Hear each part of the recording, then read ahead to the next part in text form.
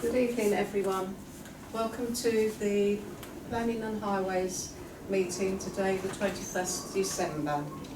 I've just got some housekeeping rules to run through, so bear with me, please. Thank you to all members of the public, councillors and officers who are joining us for today's meeting. I would like to highlight some key points of the meeting format. Please can I ask everyone to have their phones turned off or set to silent. The fire exits are via the doors out of the chambers and down the external fire escape stairs, or via the main entrance that you enter the venue through, using the back door to the building rather than the front. In the event of a fire, the lift should not be used. The lift lobby has a fire door if it is not possible to safely escort anyone out of the building. The assembly point is in the rear of the building on West Street. Please remain seated unless you are invited to speak or need to take a comfort break. The toilet facilities are out in the corridor you're entering through. Members of the public are invited to be in attendance at this meeting, but there is no agenda item for public participation. I will invite the complainant to present the nature of their appeal at the correct point of the meeting. Members of the public looking to leave the building will need to be escorted out by a council officer. When the meeting goes into confidential session, a short 2-minute break will be held to allow members of the public to leave. Is this the right one? Yes. Council chambers, physical meeting room. Nothing about It's appeals. this appeal. Oh, sorry. That's right. Small print. So, other than what I've just said, on the Planning and Highways Committee meeting, members of the public are able to speak for each planning application. There is an item on the agenda for public participation, but that is on non-planning applications. Other than that, I think I've covered everything, so thank you. Thank you. We'll move on to agenda item 1, apologies for absence, and I've got Councillor Mark who's at the funeral, and Councillor Clay. Yes, good. I confirm those. Thank you. Agenda item 2, disclosure of interest. To deal with any disclosure by members of any disclosable pecuniary interest and interests other than pecuniary interest, as defined under the Seaford Town Council Code of Conduct and Localism Act 2011 in relation to the matter of the agenda.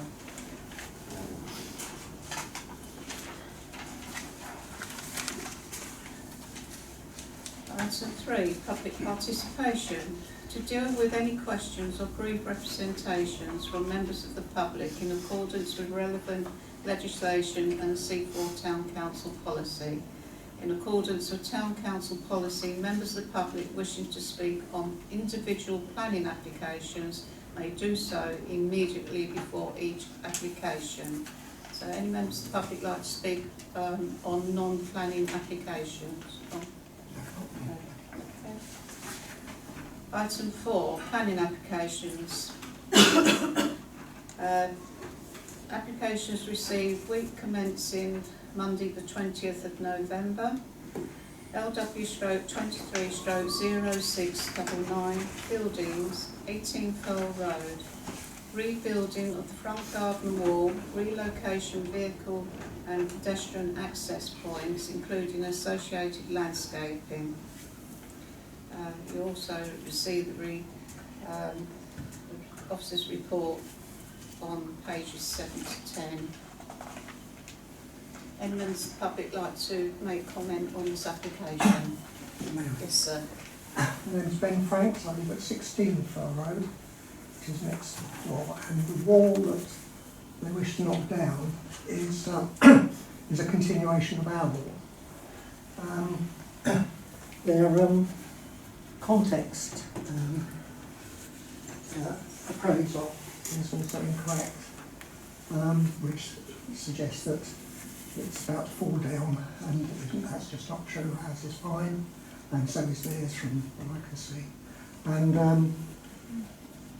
And that wall has been protected as a part of the conservation area since 1976, and that specifically mentions the walls, apart from anything else. Also, the planning inspectorate made comments to say that the wall should be protected.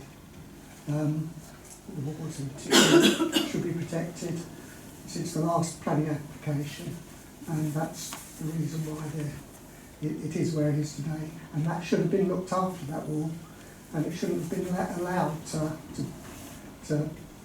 remain, to be unmaintained. We've maintained ours, everybody around about maintains theirs, and it just needs a little maintenance probably. And it's a perfectly good wall, and the bank in front of it is part of the same thing. That wall has been there probably since medieval times. We can prove that in the William Figg survey that was in 1818 that was there, and indeed it butts up to the house barn, which is extremely old, and there was basically a continuous wall right down to Blatchington Pond. And that wall can be seen to be very old because some of the stones in it are these ferrous stones that you only really find round here, New Haven and here, and they're in the walls of the church, and St Peter's, walls of the one in New Haven, walls of the one at Bishopstone, because that's a very local stone, and the quantity of that stone and where it is in the wall shows just how old the wall is, just like it does in the church, the church wall nearby. So I think that was probably about the walls, but there's also, they say that the pillars are falling down, and they said that the Warrens, who were the previous owners, surrounded the walls because they were damaged. That's not the case. They put wood around them to protect them from the building works, and especially the electrics in them, because they originally had automatic gates on them. And so what I'm saying is that context appraisal, you don't know which bits are accurate and which ones aren't. It'd be very difficult to make any decisions based on any of it. And a lot of the points that were raised in it have already been discounted in the previous 3 applications, as it were. Previous 2 applications. So, that's all I have to say. Thank you very much. Mr. Jameson. Would you like to comment on this application, sir? I'm sorry. I've never done this before. I'm just a wee laddie walking down the road. I do my best. Right.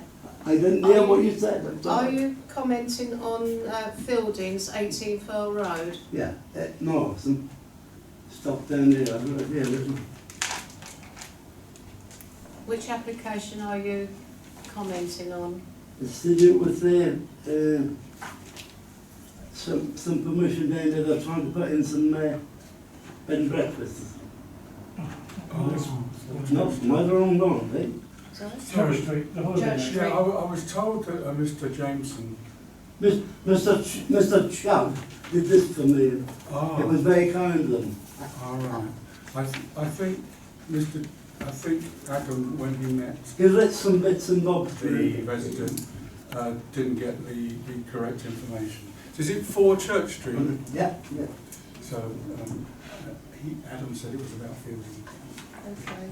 So if you I'm like sorry, take up. No, It's no, if you- so nice to meet you. if you It take a was very seat, nice of Mr. Chunk to manage to pop me in. I don't want to waste your time. yes, that's what I thought. Everything I have Yeah. to say up at the If front. you take a seat, I'm sir. sorry? No, if you I'm take a fine. seat, I'm old. If I yeah. go down, I have a job getting back up. You Okay. get like that. We're wouldn't going you? to we're You've been going waiting to too long.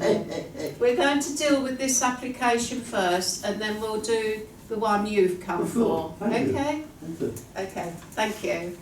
Right. So open to the committee. Councillor Funman.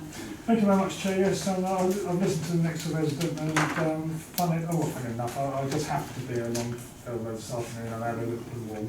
I was there for another reason, but at least I did have a look at it. But it's interesting about this plot just generally, what we don't want to is a situation a bit like the Turret House, you know, where the applicant just has bombarded lots and lots of applications just so they hope for, you know, if people will miss the detail and everything in the end will just go through. So I'd obviously continue to object to the application, what the applicant wants, so I'd object to this application. Thank you. Thank you. That's your proposal. Yep. Thank you. Proposal. Thank you. Any other comments?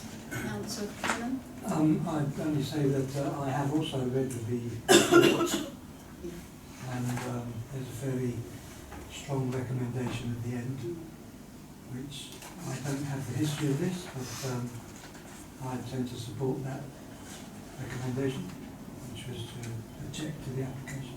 Thank you. So you're seconding. Councillor Bournemouth? Yeah, thank you. I totally agree. We shouldn't be trying to destroy such an old historic wall in a conservation area as well. It is protected, and we should be standing up and objecting to this for those reasons. They had the planning application go through for this additional property, but not to destroy a wall. And obviously, there's been previous dismissals on when they first went through for having the opening at that site anyway, so no, it's already been dismissed by the inspector, so it shouldn't actually really be coming back up again. I mean, I totally agree. I think our historic flint walls should be protected, and they are such a big part of the town as a whole. As in Blashton, and as resident said about mentioned Bishopstone, they are a very high historical value. So yes, I'm going to object. So unless any other comments, so You assume the objections on the same grounds as the inspector, and the lack of any evidence, of any sort of quality evidence to justify the demolition of the wall on safety reasons or need to. Well, absolutely. I mean, the planning inspection report is we use it as one of the weights, isn't it? So and it's fairly recent as well. It's not like 20 years ago. It's fairly recent, so we would use that in the act. I'll just make one comment. I'm reading between the lines of this application. It might appear that the current occupier, been faced with a consent with what you might call a flawed access around the front of the older property, is trying to. He's not inclined to use that consent, even though he's got the consent, but wants the easier access, if you like, to the rear property along the side, which was rejected by the inspector, and is trying to sort of achieve that by alleging that the wall needs replacing anyway. That's the way I see it anyway. It's unfortunate, very unfortunate that he got consent in the first place for an access across the front of the older property, but that's not our concern. We just look at this application, we see that it's very much the same as the one that was rejected on appeal. We see no evidence to justify taking down that additional length of wall. So, as you say, it goes back to the inspector's quite firm decision about the impact on the conservation. Absolutely. I mean, it would. I mean, the levels are wrong as well. So it wouldn't be a slack lane anyway. Whatever you did, it would just mess everything up down there, including the wall. So we'd just carry on with what we recommend effectively. okay. So can I have show of hands of objecting to this application? That's unanimous objection. Thank you.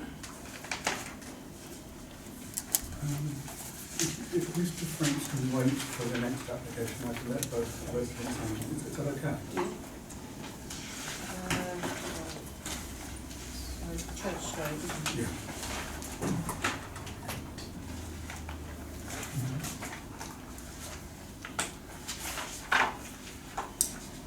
Right. We're going on to The next application, which is on page 3, LW/23/0697, 4 Church Street, change of use from residential to holiday let. Would you like to comment, sir? I don't want to take, I know I have 4 minutes, I've read That's your right, thing. yes. It'll take no time, just so long as you take a note of it, it's recorded and that, yeah. Yes, yes. Now, the guy down there, he wants permission for what? 6 lets, it says, and it 6 bed and breakfast, what was it? 6. Yes, Yeah. well, we've just... In the last 6 or 9 months, they've been firing 18, 20 in there. I see it through my window. There is one way in, no way out. It's 18, 20, 22 even in. There's in the basement, he doesn't say that he has a film studio in the basement. He doesn't. My neighbour tells me. Yeah. I say there's 18 and 20 going in. There's one way in, one way out. 3 or 4 will get out with a fire, maybe. The other 16 will toast. It's just like a mini. Is it round 1,000? A mini. It's wrong. He's hoodwinking, trying to hoodwink the council and all sorts of people all around him. He has 8, 10, 12 people all around him. His business goes like that. Their property values go down. It's wrong. It's greed and extortion. I'll put all of this in pen and paper to the planning committee, tell them everything that's going on, and they can decide it. Thank you for, that must be my 4 minutes. So long as this is recorded, it will help me no end. Thank you so much, all of you, and have a nice Christmas. And you, sir, and thank you for coming. If you like I've to... I've never been to this before. I hope I don't have to come again. You're most welcome. But if you would like to just listen to our debate... I'll put everything in pen and paper to the planning committee in the next one day. Yeah. I'll then see that as a copy of all of it comes back. Yeah. Mr. Chug, isn't it? Yeah. Yeah. Is it? Yeah. I'll get a copy of everything back to him. And have a look at yourself. Are you going to stay while we debate it? I live next door. I'm a disabled pensioner of 76. I live next door. I've been there 25 years. Out of my window, I see, aha. You watch it. I see what's Yes. in front of me, you know. Yes. There's nothing wrong with that, is there? No. 18, 20 people go in there. 3 or 4 may get out. The other 16 will toast. Not honest. Very dangerous. There is one way in, no way out. There is no fire exit. The building is level. The pavement goes down in order to stick in a fire door which will distort the building. Yeah. One cannot get from there to the pavement because the steps would be down onto the pavement, which would be illegal. You need to let the members discuss the sorry? application. The members want to discuss the application now. They've heard. Oh, I'm sorry. They've heard what you have to say, Yeah. and they'll discuss it, and they'll discuss how they respond to Lewis District Thank you Council. very You can stay while the members discuss it, and then Thank you. at the end I'll Thank you. okay. Yeah. Okay. Right. Open to the committee. Go on. Councillor. Councillor Portman, on all yours. Well, I remember this when it came to us back in 2022, and we objected to the one because it was also under listed building consent. And it was actually, should have been a retrospective planning application because they'd already done the works inside. So we objected to it, Lewis District Council objected to it, and then they appealed the decision. And the planning inspectorate basically dismissed both their appeals. So one appeal was dismissed because of the lack of the issue with the waste and recycling. So now this is why this has come through, that they've amended the details. They're now they're paying for waste being collected regularly. So yes, that's fine, but my concern is it was refused under the listed building consent, and the inspector was really not like the fact it was retrospective, that the work had been done, and there was no evidence that of how they're trying to preserve a listed building. So I would actually like Lewis District Council to be looking at the application that was dismissed or objected to and then dismissed by, and why are they not enforcing the decision that they couldn't have their holiday let to start with the planning works that they have done, and actually object to this change of use until this has been decided. Would you like the enforcing officer to be in attendance at some point? Definitely, yes. Yeah. So the enforcement officer should be involved in the process, Yeah, or and the conservation officer. Yeah. yeah. Councillor Hanneman and then... Yes. I think the fire escape business is a little bit of red herring. Apart from that, because I think if you don't have to have one if it's less than 2-story anyway, so I don't think you need to anyway. That's another issue, but it's certainly what we're doing all the works expectedly on a listed building and conservation area. Everything that goes with that is against everything. And yes, of course it's going to be busy because if there's six holiday lets in there, the average couple of people on average, you are going to see a dozen people in sale, quite a lot coming and going, so especially in the peak of the season, so when it is busy.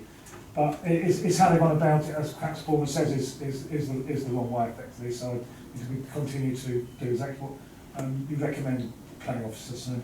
Well, to concentrate on the list of building issues. Yeah. Yeah. Yeah. Yeah. Okay. Are you seconding? Yeah, I'll second that. Yeah. Councillor Buchanan. Yeah, thank you, Chair. Just trying to understand this. So at the moment, it's not a bed and breakfast. It's It a is. private It is. dwelling. No. It's a private. No.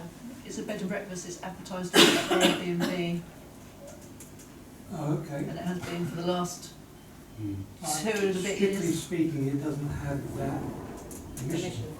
He's been playing catch up basically in the last few years, and the appeal has okayed the scheme from certain aspects. Like the inspector wasn't happy, but okayed it from the point of view of the impact on conservation area generally.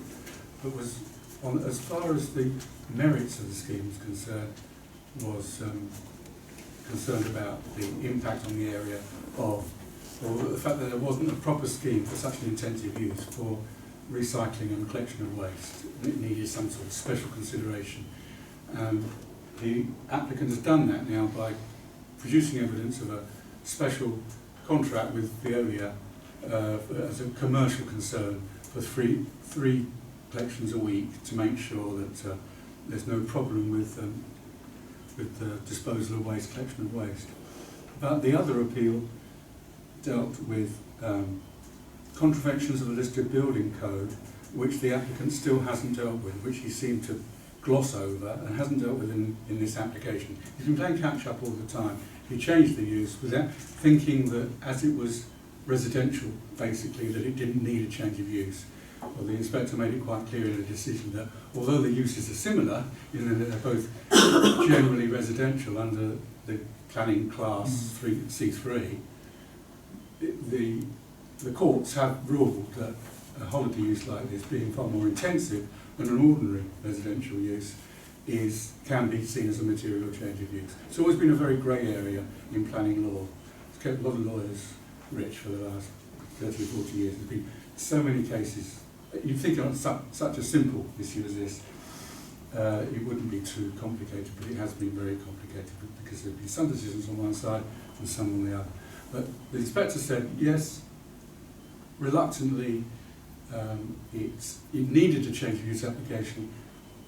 The principle of the change of use is okay, but it fell down on the waste management and the waste disposal, and also, being a listed building, there was no evidence that there hadn't been any listed building contraventions, the original or the older features of the interior which were present when it was listed, there was no evidence that they hadn't been damaged or removed.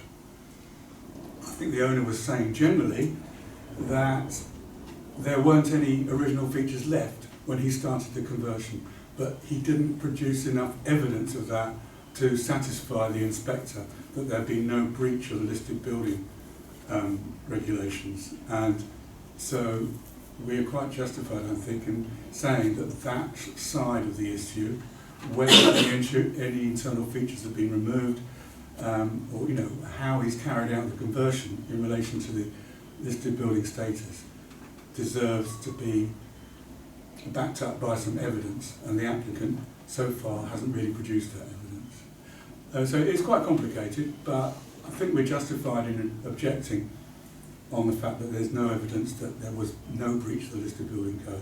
The inspector has left that side of things open. The applicant hasn't addressed it. It may be that Lewes District Council will think the same way as us. That there's a big hole there in his evidence that he hasn't justified the existence of it. He should go into the history of the conversion and detail what features were there at the time. It might be difficult for him, but it's something that every owner of a listed building has to comply with. It's onerous, but it's something you have to take on when you take on a listed building. So that's really what we're getting at. Okay. Joanna, any other comments? No? So can I have a show of hands of objecting to this application? That's objection unanimous on those listed building grounds. I'm sorry, I'm listening. I'm a bit lost. I said I'll put all my everything in paper. I'll put it there in the planning application. So anyway, it's so much supposed to come. Help me move it along. Yeah, I'll pass it on to. Honestly. Yeah. Yeah, do that as well, son. Yeah. That's a scam. Yeah. It's not nice. No. Tell the man it's nice to be nice, especially in their Christmas. Yeah, You no. have a nice Christmas, all of you. Thank you. Absolutely. Thank you. Yeah, we're Sorry not to having have troubled you. No, I no, won't you're come all again. right. No, I at all. hope. Thank you, Thank you, thank you for thank coming. you, thank you. Christmas. And Thank happy you. Christmas. Christmas. Let's hope. Right. Bye. Let's hope Santa Claus pays you a visit. I'm sorry? Hope Santa Claus pays you a visit on Monday. Sorry? Santa Claus pays you a visit, hopefully. Santa? Yeah. I'm fine. I'm fine on my own. I've got you, haven't I? Well, That's more than that. So lovely to meet you. yeah. Do you want to come with me? Take care, man. Thank Got a you. big list to deal with. Happy Christmas. Good luck. Tomorrow is another day. Always. Yeah. One hopes. That's it, yeah. It starts to get longer. Thank you. Days are getting lighter and longer again. I think he's on the good list. Takes a bit to get out. But you probably, if he's one See, of that's those, if he's local one of knowledge those, again, isn't it? they Knowledge, what do people stop it and say. start it again. It looks like one of those ones above the creek, doesn't he? Yeah. So you would be able to watch it over, wouldn't you, from there? Yeah. If he's got it He overlooked. literally lives next door. I've seen him come Oh, out. okay. Oh, I see, you didn't have far to go tonight. then. No. But local knowledge, see what's going on. And you probably would go We around wouldn't anyway have as well, known. whatever, so, yeah. They're probably having cinema parties of some sorts. It If you is. stop, you start. It's advertised as the cinema, the sauna. You're putting an extra Is it just- bathroom. Is it just, Yeah, it was interesting when we B&B. talked about it in 22. we've got them Could be one. Yeah, I'll come on, We boss. did have quite a long Princess debate. Drive. When saunas in and everything. No, exactly. We were happy about it. We took about half an hour on the original application. Originally, about half an hour we spent talking about it. It was quite a big, Yeah. Makes you wonder what the basement's actually used for. well, It's not part of the bedrooms, it's not part of the living area. Cinema. Right, so we object. So No, it's advertised as a cinema down there and a sauna and. It is advertised, isn't it? Yeah. Okay. Oh, I do my research. Which is why when it came, I was like, it's actually a retrospective application. That's what it says on the thing, it's retrospective, they've already done it. Well, it didn't originally. Oh, the application I looked at the other day, did Yeah, the original one didn't. But Oh, I checked an Airbnb website and they were renting it and they had like 4 staff or so they had to. So I knew it was retrospective. And then it came back with a different application, slightly different, which said retrospective. So on their Airbnb, do anyone verify it, or they just accept generally what they get given, or you think that someone might check it, or it doesn't work like that? You probably know more than I do, I don't know. Anyone know how they accept what goes on Airbnb? No. You just know, because you'll book and say how many people you're booking for, and unless, No, so I meant the owners when it advertises that, you know what I mean? You know when they say we've got this, that and that. well, they say it's for, they've got 6 beds, I think it is. So Six it's 6 persons. people, so it's Six beds. three double bedrooms or something. Pardon me. It doesn't necessarily mean that people are going to not sleep on sofas and bring air beds. Well, that's all, yeah, well, yeah. Interesting, though. I remember I read that debate before about the ventilation, didn't we, of the sauna, didn't we? We had that big debate. Yes, that would be a problem. Right. Anyway, it's all good. We're back to the list, aren't we? Right. Okay, we're back on track again. LW stroke 23 stroke 0700 Two Croft Lane. Single storey rear extension, removal of the UPVC casement windows and UPVC front oil casement window and replacement with white metal frame sash windows with glazing bars and walls. Not heard that one before. Yes, who would like to lead on this? Councillor Buchanan. Yes, just thank you, Chair, just quickly. Removing the window at the front, they're actually replacing it with something that's more in character with the rest of the street. So I don't think there's, from my perspective, an issue. If it's all double glazed and all the rest of it. Are you proposing this I supporting? would be, if there's no other comments, I'd be happy to propose it. Thank you. Any other comments? I think Councillor Hamlin first. Just to record what Councillor Buchanan said, yes, sash style for that age of building, and it's in the character, I'd support it. I mean, even albeit by obviously you can have UPVC can make it like sash, but this is, I think this is a better. And I see the reasoning because it's big where it is. It's the last long property than what it would have done the UPVC, so I support it as well. Councillor Buchanan. I was just going to say, it's all been approved by Lewis District, because I was saying that it will have a neutral positive impact on the character and appearance, so that's fine. Councillor Ball. Yeah, I was just going to say the design conservation officer actually really liked it and said it was an improvement for the street scene and everything. So, So who's going to second Councillor Buchanan? Thank you, Councillor Ballman. And can I have a show of hands to support? That's supported unanimously, thank you.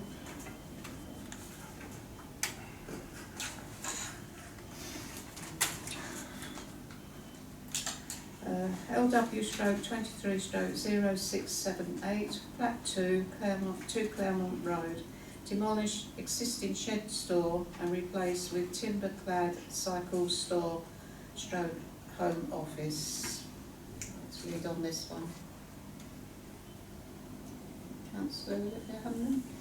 Yeah, I had a look at this. I looked at the position of it, and it seems that there is property just behind when you look at the map that might be a bit close to it. But I thought it was okay to do it. It doesn't look out over the back, does it? It looks to the front. Yeah, there'll be a blank wall, but they've got a shed at the moment, a smaller shed. Yes, I take the point, but it's not. It's no loss of privacy, anyway. No. Also proposing to support it. Councillor Richard Hamlin? Can we make a just proviso again that it's not converted for a studio? Well, we normally do anyway for this, like a studio flat or something. Separate dwelling, Yeah. So because restricted to ancillary use. Yeah, it's a bit more substantial with home office and everything, and Yeah. I mean, I can see it's actually quite a small home office, but you just never know in the future. They may want to do, you could put the whole cycle bit and the home office to a Yeah. student flat, so. That's But I fine. think it should be an improvement as it is though, the new proposals. Are you happy with that? And you're seconding? Yeah, I'm Yes. happy, yeah. And any other comments? No? So can I have a show of hands of supporting this application? That's supported unanimously, thank you.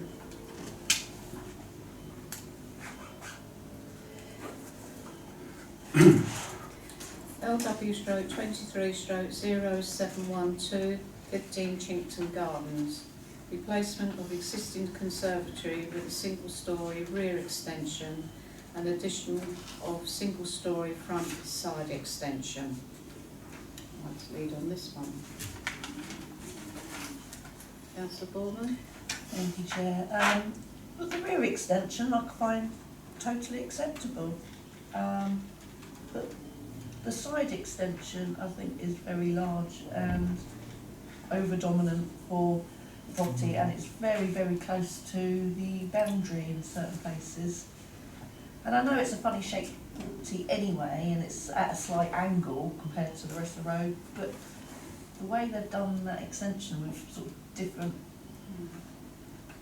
stages, it really is out of character, I think, for even just the building itself. So I would actually object to it. Yeah. This is a zigzag.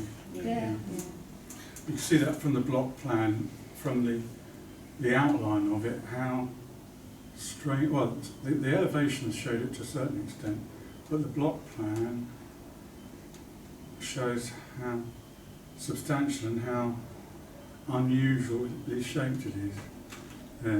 There's that, it's quite large compared to the main house.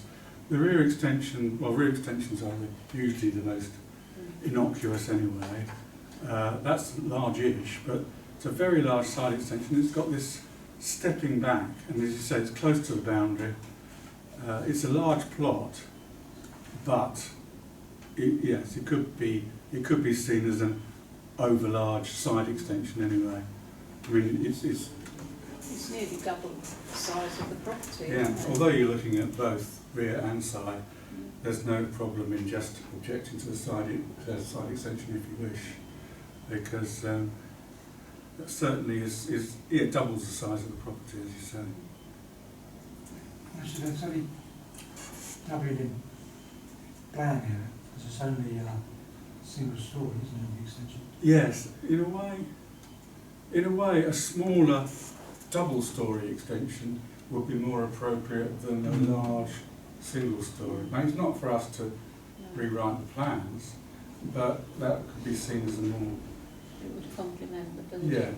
as a more appropriate way of extending it, rather than a sort of a long zigzag single-storey. That's I mean, it's up to the applicant what he or she wants, but as I say, I think there is justified criticism of that side extension.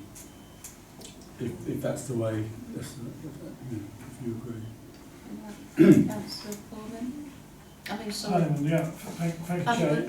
I mean, I can see why it is a bit over. I don't like the funny shape of it personally, but I can see why they've done it in that direction, because it's not near any infirm properties in that sense. It's all against to the neighbouring properties' gardens, isn't it? So in that point of view, it's not really an issue, but it does just quite dominant and a little bit too, a little bit too dominant. I prefer sort of the normal two-storey extension. It would be a bit more in fitting with it, really, in the back. These houses, the stone that they're built of, this one and other ones in its neighbourhood in Chinkton Garden do have a bit of character of their own, Yeah. and this would affect that, I think. Yeah. I mean, that front elevation in itself, it's not unattractive, and it's quite unusual. The colour of the brick and the design of it, and this would detract from it, I think. It's all a matter of taste, mind you. Some people might not like it. I mean, some people just like red brick and that's it, you know, which is I sympathise with that. Grey brick's a bit dour, a bit Scottish. I mean, it's got a sort of quirky look from the front, but the back is quite attractive. Yeah. Right, we've got a proposal on the table to object to this application. Does that find a seconder? It's a part rejection, we're allowed to say that. Yes. Yeah, the rear bit, not so much the side bit's fine. You say no objection in principle to the rear extension, but, you know, if you've got concerns about the side extension, you can say that. Well, that's effectively, yeah, that's, Yeah. Are you happy with that, Yep. Councillor Baldwin? Yep. Any other comments? No? So, So just a quick question. How close are you actually allowed to build to a neighbour's boundary? Well, as close as you like, really. That is a rule of thumb that, you know, you leave a metre or so for maintenance. That's, But even if you can build up to the boundary, because there's a way of applying to the court for access to a neighbouring property to maintain a boundary wall, if you like. So, you know, you have to apply to the county court if your neighbour refuses to let you on to, if you need to get access to the neighbouring property, and you have to give certain assurances, obviously, about damage that might be caused. You know. But so there's no problem legally with building up to the boundary. It's just a question of how that impinges on you know, the neighbour's amenities and the enjoyment of the neighbour's property. So most sensible people stop about half a metre to a metre short, just for maintenance, ease of maintenance. So in theory, the plan itself, you couldn't object to it because it's that close to the boundary. No. And you know, the objection would have to be based on potential detriment to neighbours' privacy, enjoyment of the neighbour's property, amenity, and this wouldn't really. There's no windows, I don't think, overlooking the neighbouring garden. The gardens are quite large, plots are quite large. So really, if you are, the concern here, I think, will be the design not being in character with a building that has already got a bit of character worth preserving. I've also put down overdevelopment. Yes, well, it's too large. It's not in scale, it's not in character, and it's too large. It's not in scale as far as, you know, it's a single story attached to a substantial double story, two-story house. Okay. Right, so can I have a show of hands of objecting to this application, please? 1, 2, 3, 4 in favour of objecting, Abstain? 1 abstention. Thank you.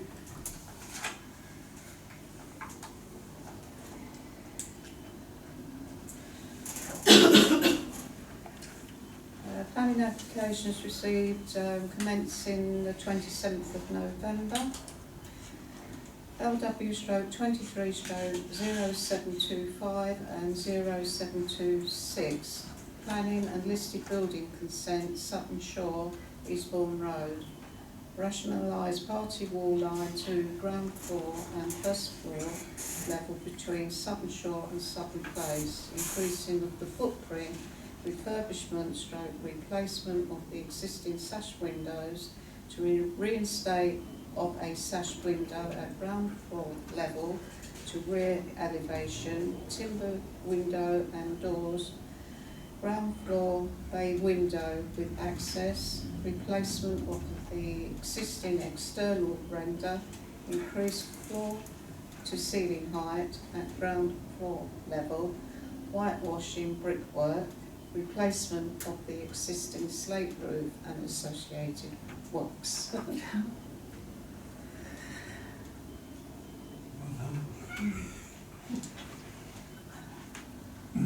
Well, there's the aerial view. Sutton Shore in the red and Sutton Place in the yellow. And there's the sort of ground, how it's going to be divided up on the ground. There's the main house and there's Sutton Shore. It's just I think it's that part is going to go into Sutton Shore. It's the one with the arches. If you remember. Yeah. First floor. Ground floor here. go over there. So it's a sort of organising the boundary on the ground between the two properties. But, I mean, it is a difficult one to, as you were saying earlier, as we can't gain access to even look at the frontage of this building because it's in a gated area. it's like a secret garden. As we were saying, but, you know, the main point in consulting us as town or parish council is to use our local knowledge of the area of the property concerned to come to a sort of reasoned planning response. But this is probably unique in as much as it's a very prominent property, but which no resident has any access to, and is not really visible at all from the from any public vantage point.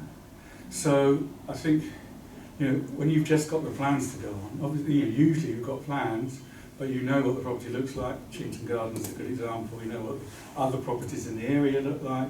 You know what that specific property looks like. You can make a reasoned judgment based on the plans and your local knowledge together. Here, you haven't got that local knowledge. You know, it's in Seaford, but it might be anywhere because only a chosen few have been able to see it over the years. It's private functions, I suppose. So I think you justified here in bringing that to the attention of Lewis, saying, you know, we've only got the plans to go on, we can't really come to a reasoned decision based on those plans. I mean, you may think you can. I'm not saying that it's impossible, but usually your decisions are based, as I say, on actual knowledge of the property concerned, plus interpreting the plans of what they want to do. And here, one limb of that is sort of removed. So you may wish to say, well, it would be the same, obviously, with if it goes to committee for the members to determine at the Lewis Planning Applications Committee, they'd be quite justified in asking for a site visit in this case because, again, they haven't got any access to it. Usually, a few members of the planning committee, at least, the local members would know the property concern and would be able to explain things to the other members who didn't have any actual knowledge of it. The officers obviously get access, so they can make a decision, or, you know, particularly the conservation and design officer. It depends very much on her views in this case. But as far as the local democratic process is concerned, that really is excluded here because you haven't got any knowledge of the property itself and its surroundings to enable you to make that sort of rounded judgment as to how you should respond. I mean, you might not agree with that, but you might think you've got enough information in the plans, but that's sort of what I'm suggesting. I mean, when we had something placed before us a couple of months ago, I mean, last year I did have a guided tour over Sutton House, and quite a lot of the back is in disrepair. And all because the last time it was used, I think it was back in the 50s, 60s, as a school. And it's not been used for anything else since.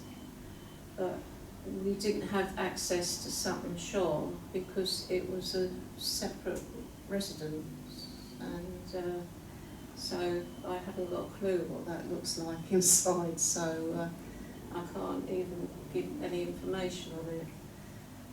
But there again, it's the same with Sutton House. They want to take away the Welsh slate roof and replace it with Canadian slate, which is not as good as the Welsh one, in my opinion. And maybe we can just add to reuse the Welsh slate for hard landscaping, so it's retained within the property. But anyway, I think Councillor McCann was.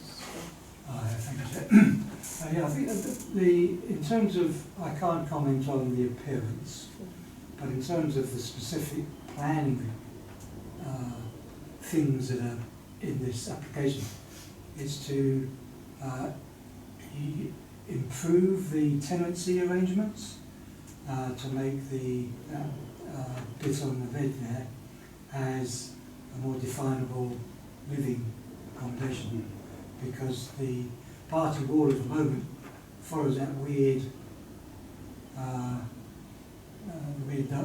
ziggy-zaggy, where they're trying to just make it into a single, easily definable accommodation. And in terms of what I think I saw some photographs in the, and it really needs a lot of work.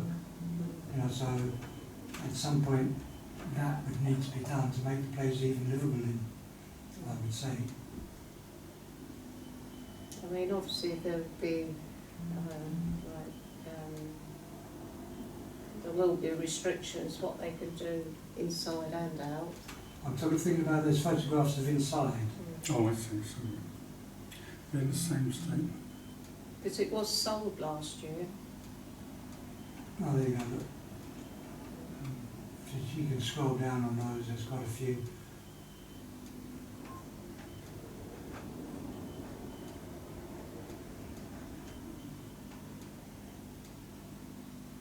You mean it would make the rooms a more convenient size and more sort of convenient living arrangements? And that's where, I think that cupboard there with the shelves, I think that's where they're planning to reinstate the window.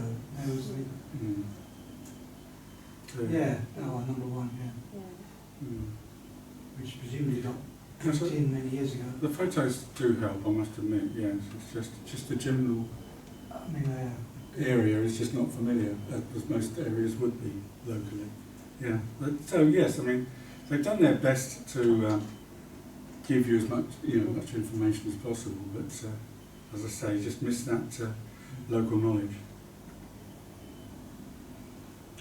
I mean, in a way, it's a bit like a tree matter.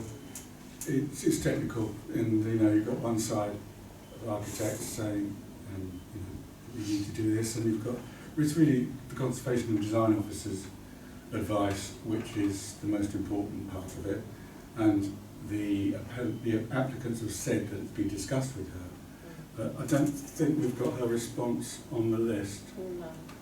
So, as with a lot of tree matters, it very much depends on the expert advice from the design and conservation, heritage and conservation officer.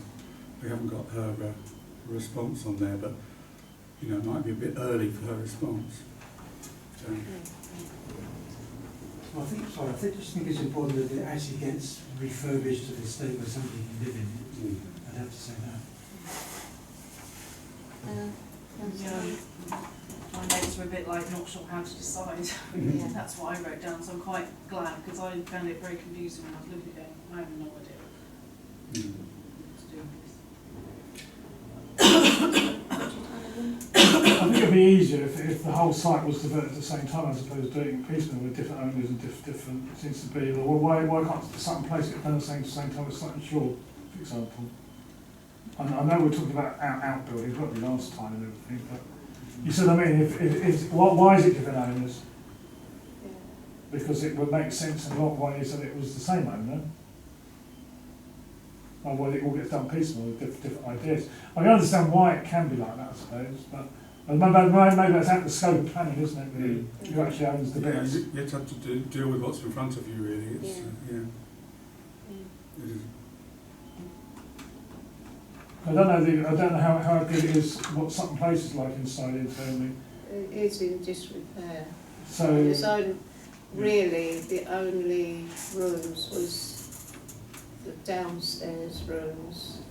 So as you go in the door, you've got the grand staircase that goes up. Nice big. And the room to the left was okay because that's where we sort of had a film show.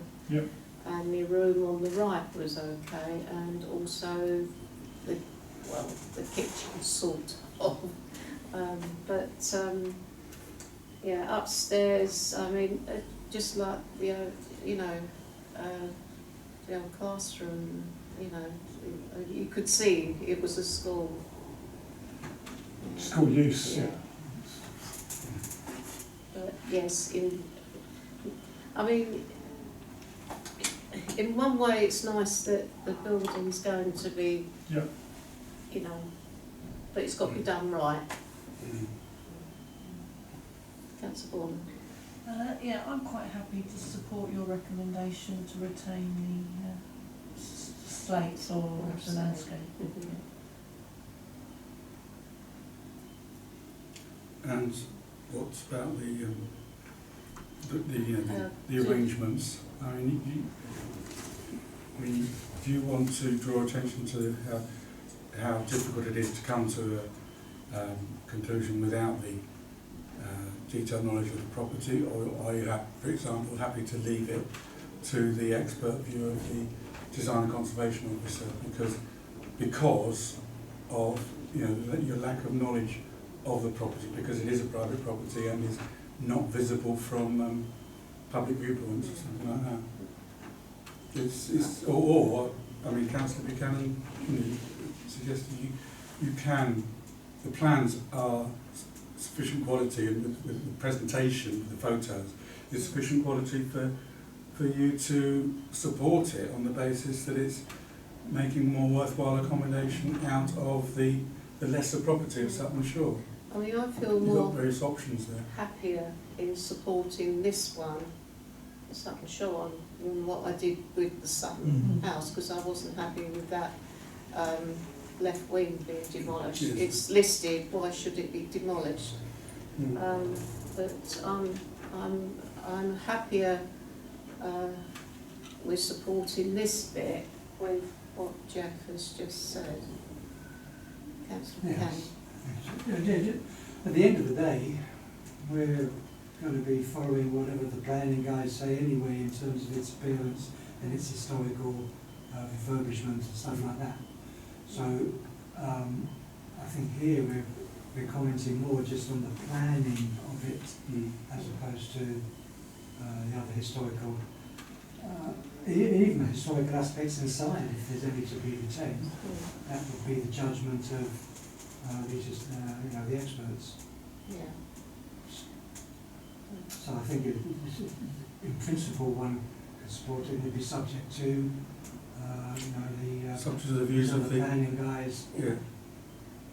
because we don't have the specific access to view the site. Mm. Yeah. Okay. That's your proposal, along with the... Yeah. Yes, does that find a seconder? Thank you, Councillor Hanneman. And can I have a show of hands, please? That's supported unanimously with that slate proviso as well. So Thank you. you support the move to make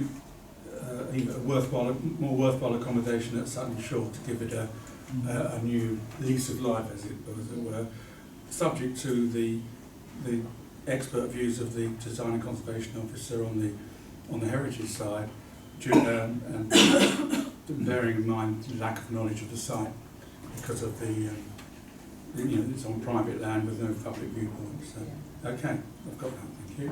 Thank you. Right, LW 23/0723, advertisement consent, 18 Clinton Place, installation of one non-illuminated wall-mounted advertising billboard. Councillor Hanneman. And when I saw the pictures, I do think I didn't want to notice it because of where it is. And then, but they've got no objection from East Sussex County Council Highway, so I think it was a bit of an odd place to put it. Yeah. But maybe that's just my. Councillor Baldwin? Yeah, when I looked at it, I was like, oh, it's not illuminated, so that's a bonus. Then when you look where it is, it's like, it's very large. And I'm like, but what can we object to it on? And I couldn't think of anything that actually you could object to it on. But I don't like it. I can't think what to object to it on. And as Councillor Honeyman says, East Sussex Highways doesn't think it's just going to be a distraction for drivers or anything. But I don't know. Councillor Buchanan then, Councillor. Oh, yeah, thank you. Who would own the board? Would be the owners of the wall. So it's it's next, whatever's next to Brewers. Graham Bowyer's an acoustic kind of company. Have the shop front there. And I think the application is made on behalf of Graham Bowyer's. Yeah.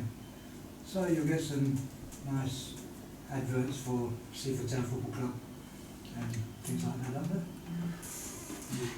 they? They say that it could be used for community use, but they don't actually sort of make that definite pledge. Yeah. And it can't really be conditioned. But if it's used for community use, somebody will have to pay for it, presumably. Yeah. So that's the mock-up of it.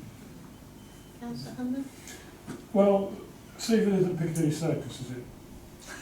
Now, obviously that was quite renowned. I do like watching all the fantastic these days, even compared to the historical ones. And I always look out for where the Coca-Cola moves around and all the different cars. And amazing anyway. But our near town Newhaven has quite a history of obviously these sort of around the ring road, and a bit more.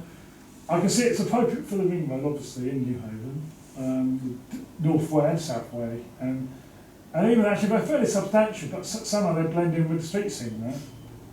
I don't know any other place in Seaford which has got these. This is in a way the first, isn't it, as far as I know. I don't know anything like this. But they're normally more rectangular in the portrait style as opposed to landscape, aren't they, generally? I can't see it into an objective though, so I think I'd have to prove it with reluctance in a way. Just one more thought. To get access to it, That's the thing. Yeah, well, you change the whatevers. You'd have to get onto the next door property. Yeah, Brewers Flat Road. Do Brewers actually own that, or are they renting it? Well, they'd come to some arrangement for access, might pay them a bit of, a small sum to get access for the ladders once a month or whenever the posters need to be changed. That's not part of this. No, we don't need to be That's what concerned. I can find. I mean, we've obviously chosen that site because it's reasonably accessible, but the wall would be owned by the neighbouring property to Brewers. This is crying out for Banksy.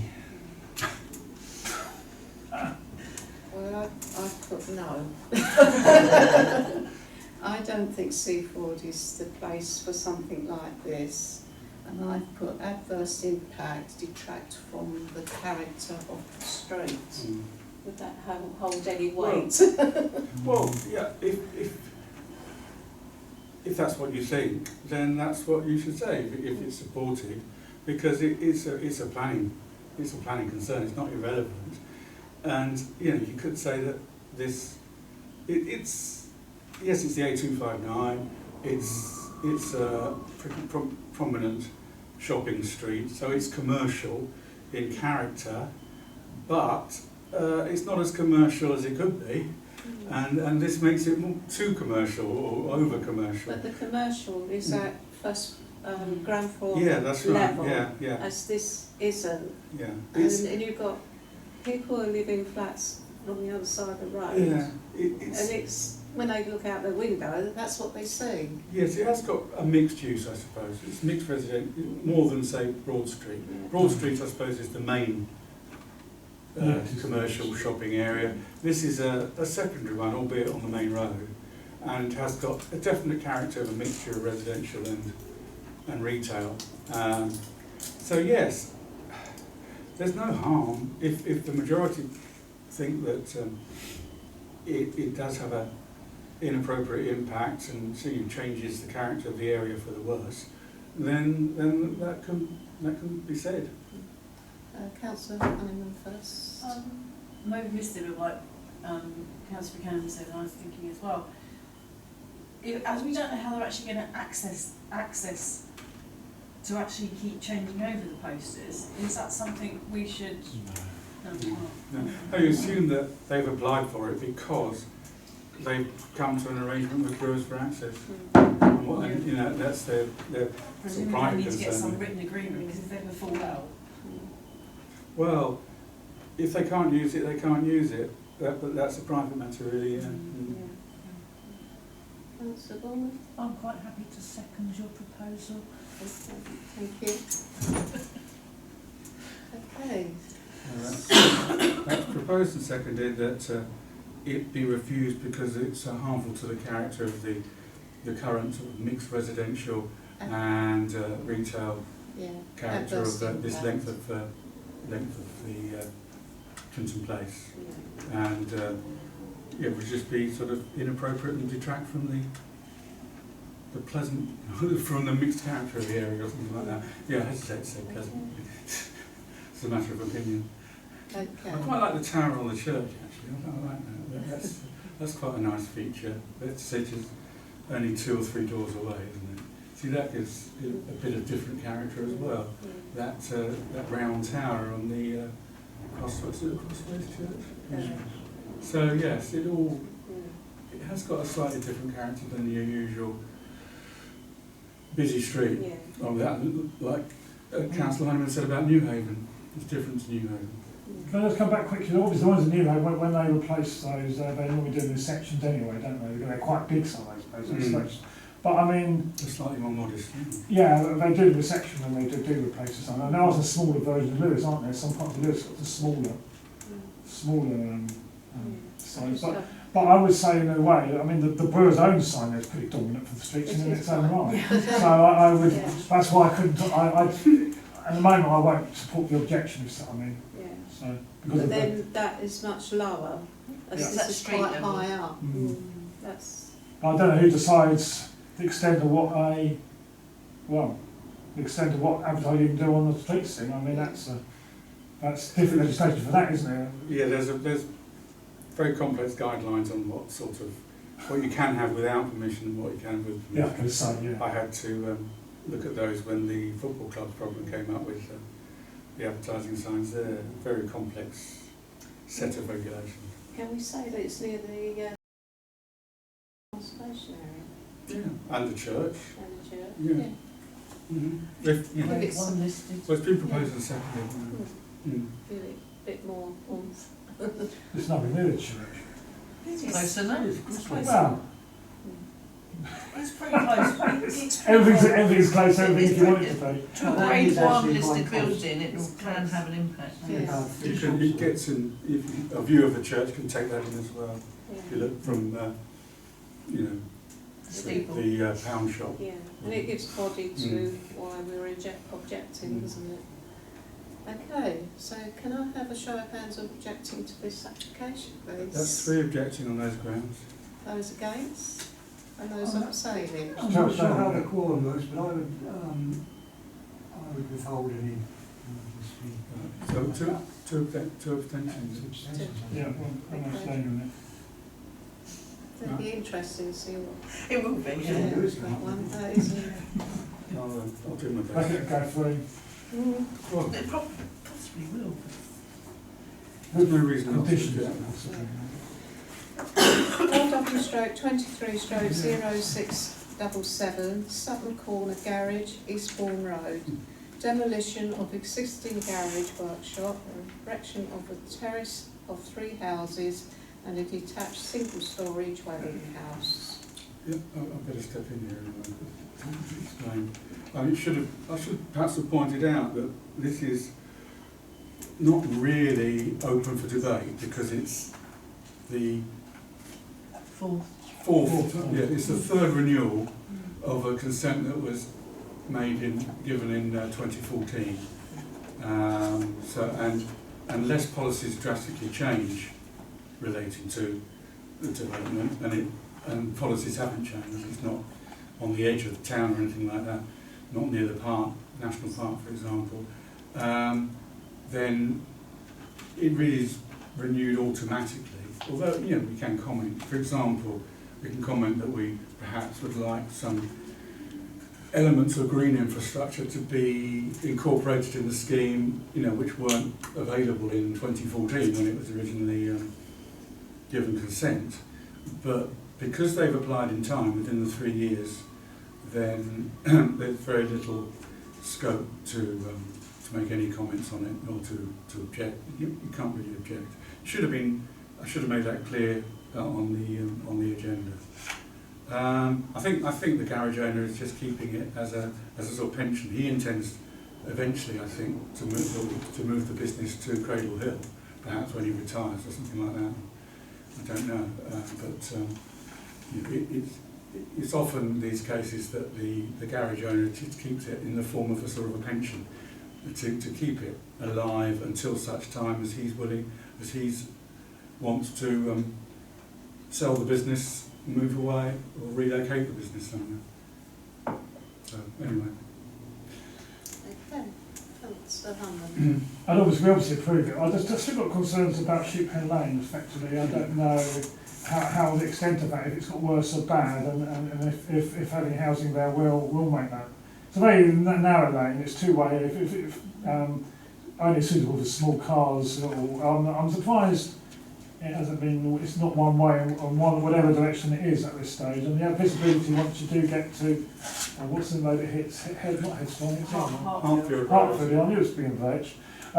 Visibility when you do hit either way is very unclear on that crossroads there as it is. Well, But I just wondered if the impact on that area generally would removing the garage, it might make it better, I don't know, but it's... the filling station complicates it as Yeah, well. it does, yeah. If you have to use the filling station, which I do, then it can be difficult getting in and out of there, close to the roundabout and everything like that. But you know, the principle's been set in stone really by the consent back in 2014.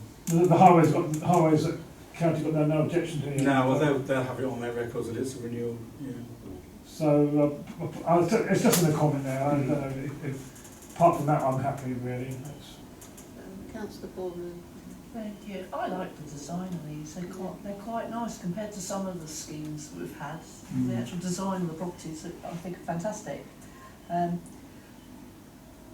Yes, it's a resubmission. It's likely to go through. I'm concerned about there's only one parking space for each of the properties, but obviously it's been agreed every time with that as well. Yeah, because I think it was 2-bedroom, weren't they? Yeah. But I think, as Jeff said, maybe we can be asking for some solar panels or air heat pump. Yeah, well, just or elements just of green, anything elements of green infrastructure. That's that's what they call it. Just to sort of consider what might be required as not too onerous a condition that wasn't the policy or wasn't around in 2014. Yeah, heat pumps or EV car charging. Yeah, EV whatever. Absolutely. EV. So yeah, if that's. Councillor Buchanan. Yeah, thank you. Just a quick question. There's a space between the bungalow and the houses, which is an access to presumably the gardens of behind cottages. Who would own that space and who would look after it? It says in, sorry through you, Chair, there's something mentioned in one of the documents that there is a right of way. So it doesn't matter whose land it is, it's a public right of way to access. Who would keep the weeds down and who would maintain There'd be some sort of management arrangement with the residents or with a separate service company or something like that. Okay, just of interest, that was.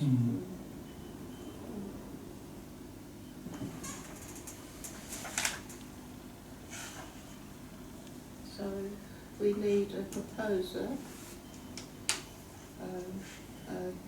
Thank you, Councillor Bonham, and to give the addition of solar panels, heat pumps and car charging to update.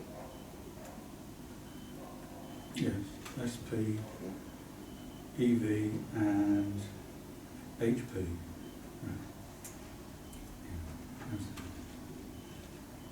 Yeah. And Does that find a seconder? Thank you, councillor Hoagland. And can I have a show of hands, please? That's unanimous, thank you.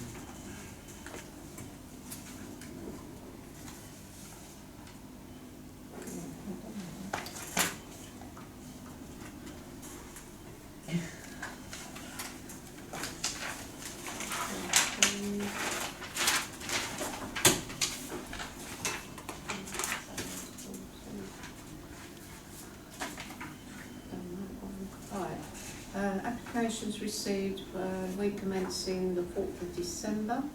LW/23/0737 Highwood 51 Furl Road.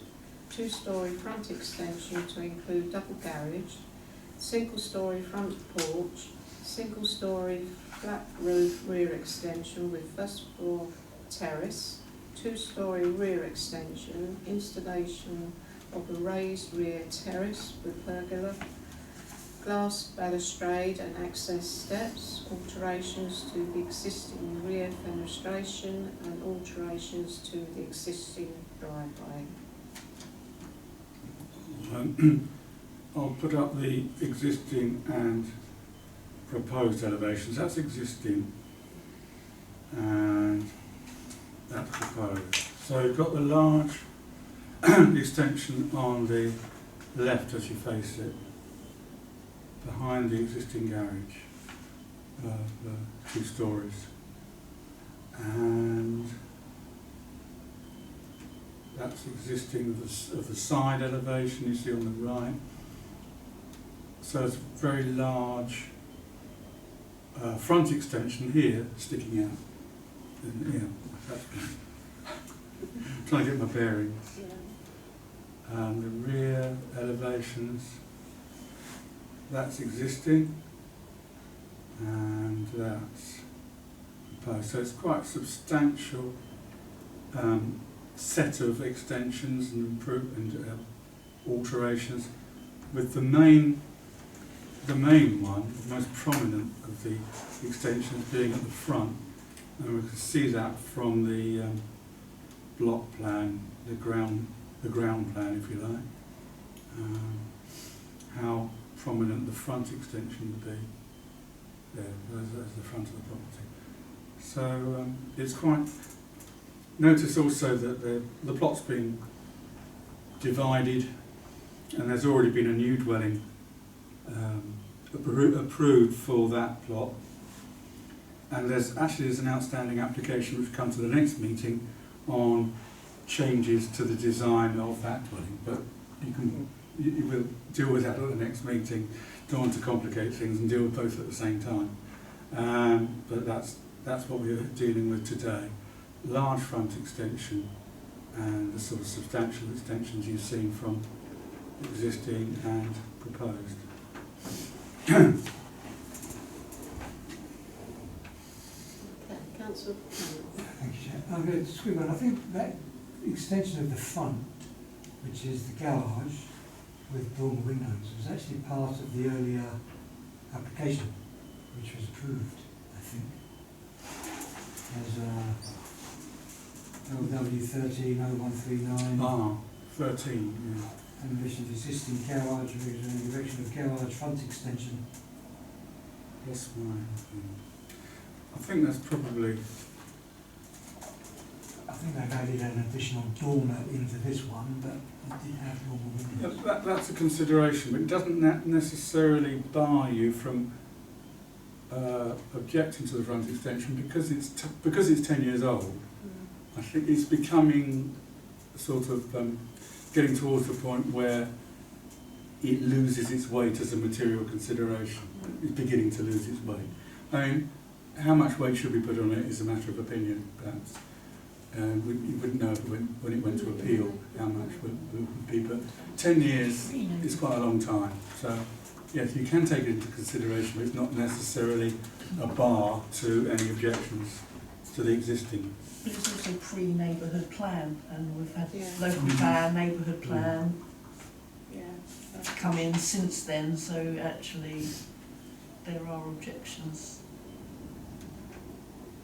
to that now, which weren't there previously.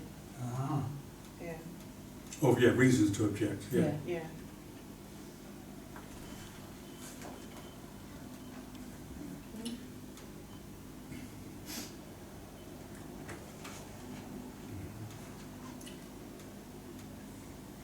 There's the property. I think it's just, yes, it's in the, it's, as it says there in the small print, it's in the Fir Road area of established character, Yeah. which is sort of secondary area to a conservation area and is designated in the local plan and the neighbourhood plan as a sort of halfway house between a fully fledged conservation area and an undesignated area completely. So that's another sensitive point, if you like, which could justify an objection to that front extension, along with the design guidelines. Front extensions like that in the design guidelines, especially in a more sensitive area, are sort of not advisable. So, Okay. Councillor Coleman? It's also the side extension's not subservient. The ridge height's the same height as the house. It's not set back. So it's just, there. yeah. Yeah. So it's not a subservient extension anyway. Mm-hmm. So it's overpowering and dominant of the area. And so even just that, let alone obviously the coming forward of the property, which we shouldn't be doing in anyway, especially in an area, Established character. yeah. Mm. So I would actually object to it because it's such a large extensions. It's not because it's at the front, it's at the side and at the back, and it just, although it used to be a large plot of land. Now they've taken a lot away. Yeah. It's a smaller plot of land. Yeah. I mean, I've put it's for the character of the house up front. Councillor Hunt? I may have misread this part, but it said in, on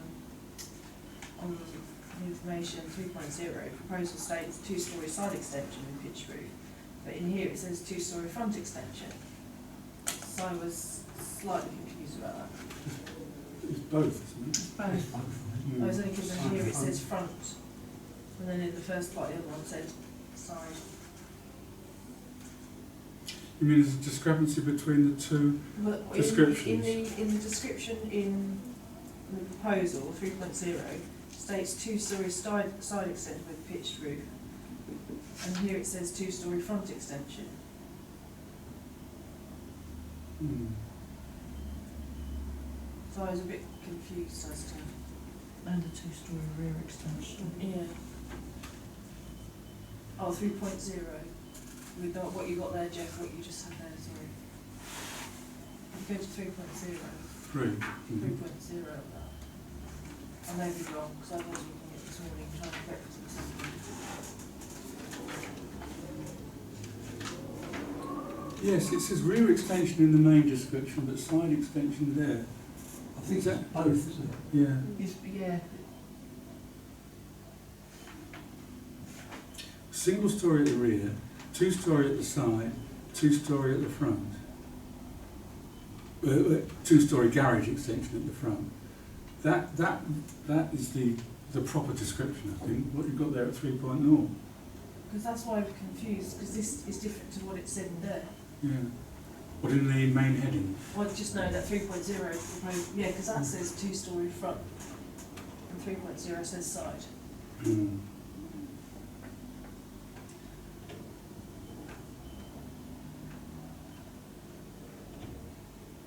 Yes, it's the question of, that should say side, or perhaps it's side and rear.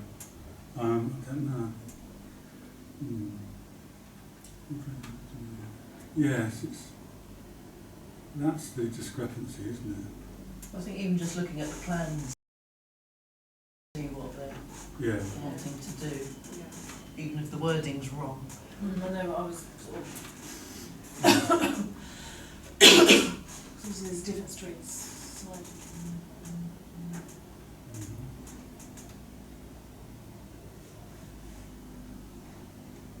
See the rear. That is the rear and side, isn't it? Mm. Well, it takes up the whole side, so it looks out onto the rear. Is that what we're talking about, isn't it? Yeah. Well, yeah, I mean, it's a bit confusing, but it's sort of quite clear what they want to do. It says, Thank you. Can we have a look at the block plans, please, just with existing and proposals as well, just to see how much additional, is it more than ground 50%? covering, Yeah. Has it gone up big time? well, obviously the plot's small.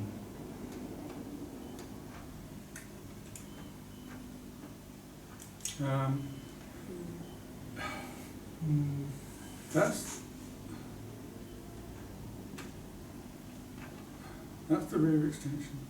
That's the front extension. That's garages, isn't it?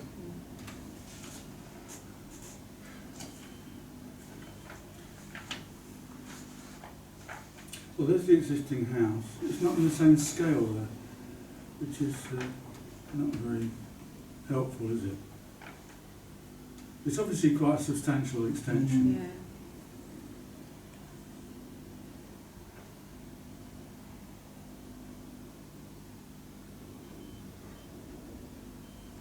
Hmm. Yeah, it is, isn't it?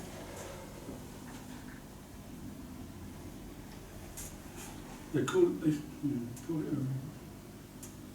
So if you look at the shape of the existing house, Yeah, that's And- what I'm looking at, yeah.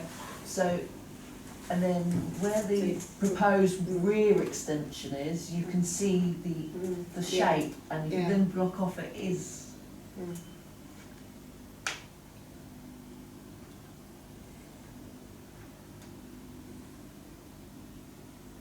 yeah, the front extension is going to go here, isn't it? Yeah. The side extension is going to go on the other here, and side and rear. Yeah. Yeah. Fill in that gap. Yeah, the porch is going to be filled in, and there's going to be a rear extension, well, behind the front, well, yeah, in the middle of the rear, isn't it? Yeah. Proposed rear extension. You can pick it up off the plans. Oh yeah, you mean the floor plans? Yeah. Yeah.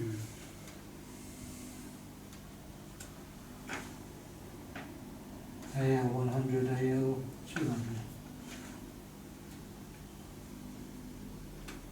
There you go. That's the proposed. Yeah. See, And you can see the outline in red of the existing one. yeah. Yes, of course, yeah.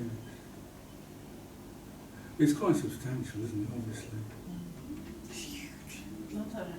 That's an understatement, isn't Yeah. it? It's We could substantial, say yeah. overdevelopment again. Yeah. But then, of course, can I just come back with those big pictures showing it? Because is that some of that's now allocated for something else anyway? So when they show the wider aspect, you said some of that land's... Well, yeah, I mean, Yeah, so- there's the division, so yeah, so it'll be quite close to both sides, with a house, you know, a house fitted in there. So, yeah, again, areas of established character like conservation areas depend on, well, this one depends on sort of substantial properties in substantial plots, and here the plot's being diminished, but the property's being made more substantial.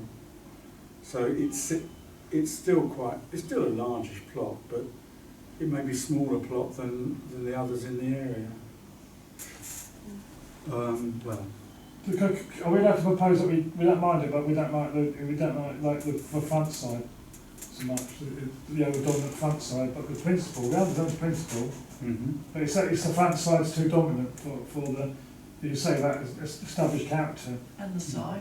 Well, and the side as well. Because it's at the same ridge height, it's Yeah, not, yeah, yeah. it's obviously set back, so it's two-storey side extensions have to be below, Yeah, we have to, yeah, absolutely. so it's just an objection to all of it.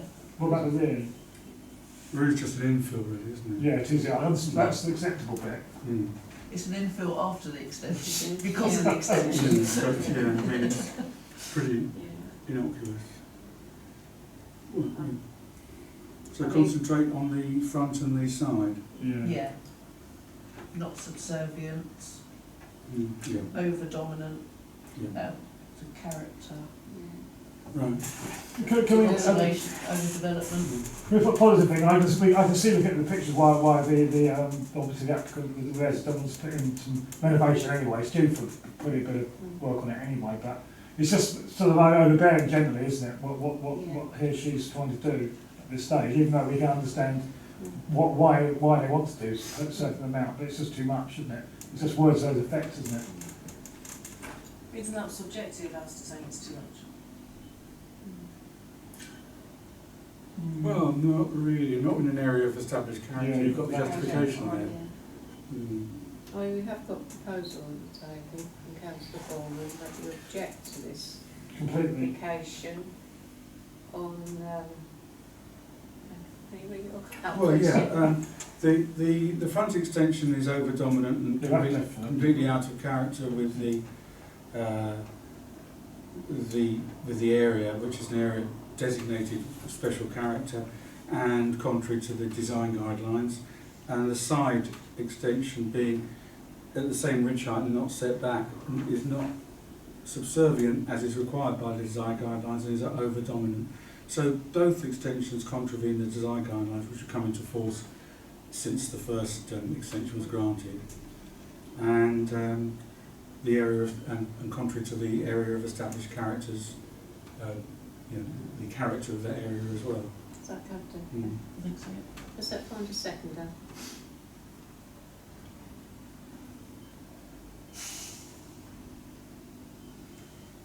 Well, I'm quite happy to say. Can I just add some more discussion on this? The house is up their street, and I don't think I've ever been up the street, but you go on Google Maps and street thingy, they're huge. They're very big. These guys have got, That is a large property anyway, and now it's, if it is. I mean, the main part I'm not happy with is the front. front extension, which Yeah. goes against all.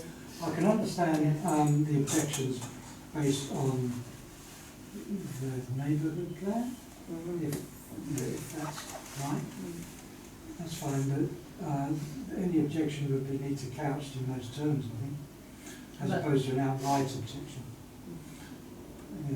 It's a qualified objection, because you could make those roofs less, down a bit or whatever. You might be able to trim it back a couple of metres and, there might be ways around plan, the architect could deal with that.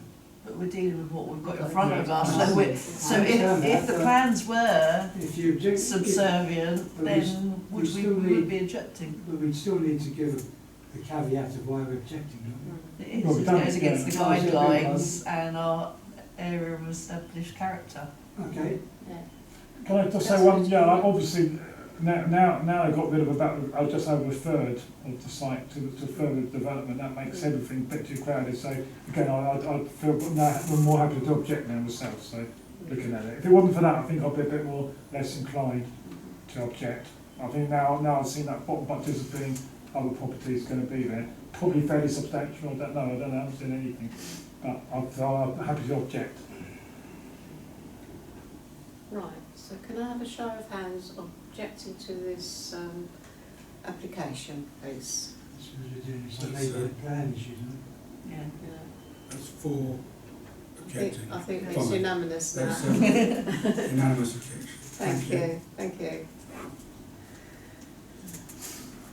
Let's get rid of these windows. LW stroke 23 stroke 0730, 35 Headland Avenue, replacement of existing single-storey rear extension, two-storey hip to gable side extension, single-storey open front porch, 18 solar panels to front roof, and widening of the existing driveway and drop curb.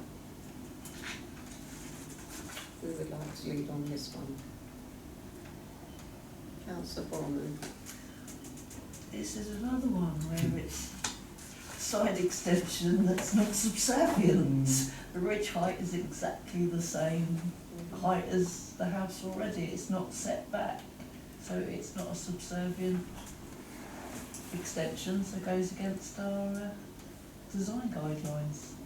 And the houses, it's only a box of what they want to do, and all the houses down that road have all got a touch of character to them with the way they're being built, so I would object. Yeah, again, it's a bit quirky like the Chinton Gardens properties, you know, they're with this, the shape of the roof and everything.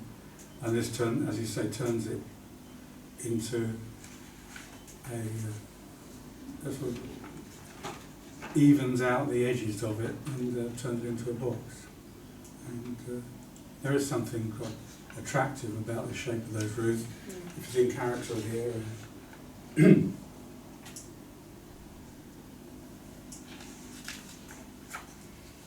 Any other comments? So just it is the tallest roof in the street already.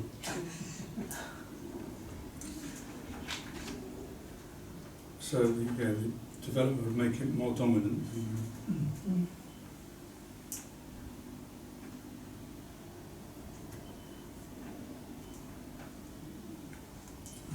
So just to further comment, obviously we would support the principle of obviously of solar panels, but in the right development. Because obviously it's south facing, isn't it? Then the solar panels might be permitted development, depends on the area of them. It could be, yeah. It's fine.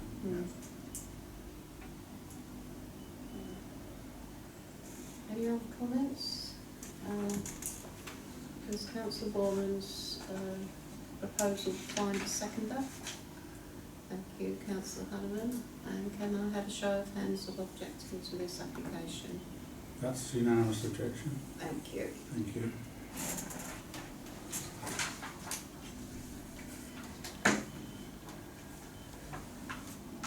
LW/23/0731, 13 Lower Drive. Demolition of existing conservatory and replacement with a single-storey rear extension. Let's lead on this one. Councillor Hanneman. I thought this was okay because it's all at the back, so I thought this was fine. Nice simple one, isn't it? Does that find a seconder? Thank you, Councillor Borman. And can I have a show of hands, please? Thank you. Unanimous. LW/23/0746, 45 Bridgeton Way, single storey front side extension.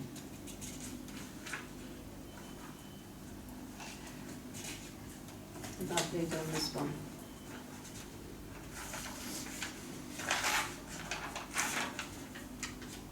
Councillor Borman. Thank you. I couldn't see much wrong with this one. Quite happy to support it. It's just an infill, isn't it? Is it the side here, isn't it?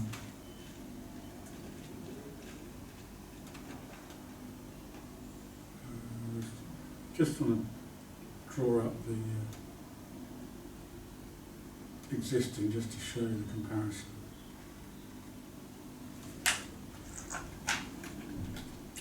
Existing, proposed, yes it's not drastic. It's just this bit at the side here. Okay. Does that find a seconder? Thank you, Councillor Cannon. And then can I have a show of hands, please? That's supported unanimously, thank you. Thank you.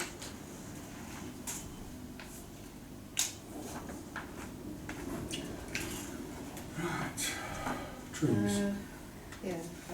There was no planning applications. We commenced on the 11th of December.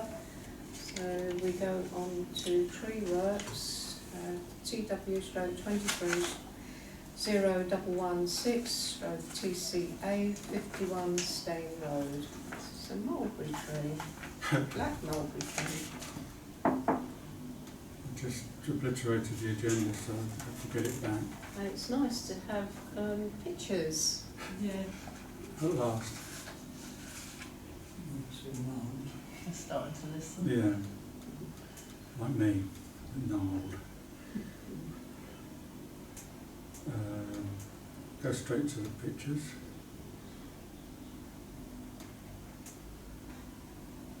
Looks better from a distance than it does close up.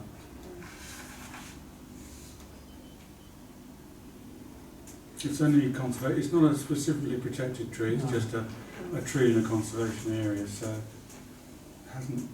It's not sort of protected as a specimen tree, but for its contribution to the conservation area. And they don't want to fell it, so there's no real reason not to support it. No, it looks as though they want trying to save it more Yeah. than anything. Mm-hmm. Any comments? So, I'm sure, can I have a proposal to support this application? Thank you, Councillor Hunter. Seconded by Councillor Borman. Looks like you're Harry Potter, doesn't it? Yeah, yeah, one of those. Show of hands of support. Thank you.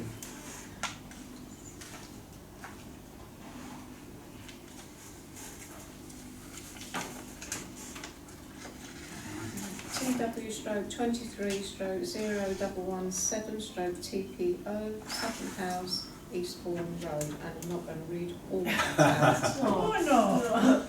But I will say, I think there's about 12 trees which they are recommending to chop down. So that lot. Yeah, the location plan is the best thing to look at. And at least we've got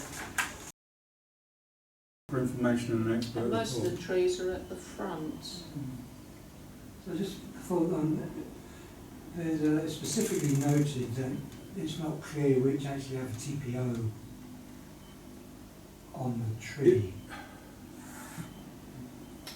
If it's got a number, then that's the TPO number. It's a group. Uh, It's probably a group. I'm not Just have a look. in the guy's Survey. specialist document. Yeah. It did say he wasn't necessarily assigning, didn't know which ones might have a tree protection order on them. I don't know where this numbering comes from, but he uses it clearly in his, I suppose you have to number them somehow. Mm. Yes, they're normally numbered with a T. It won't move. There we are.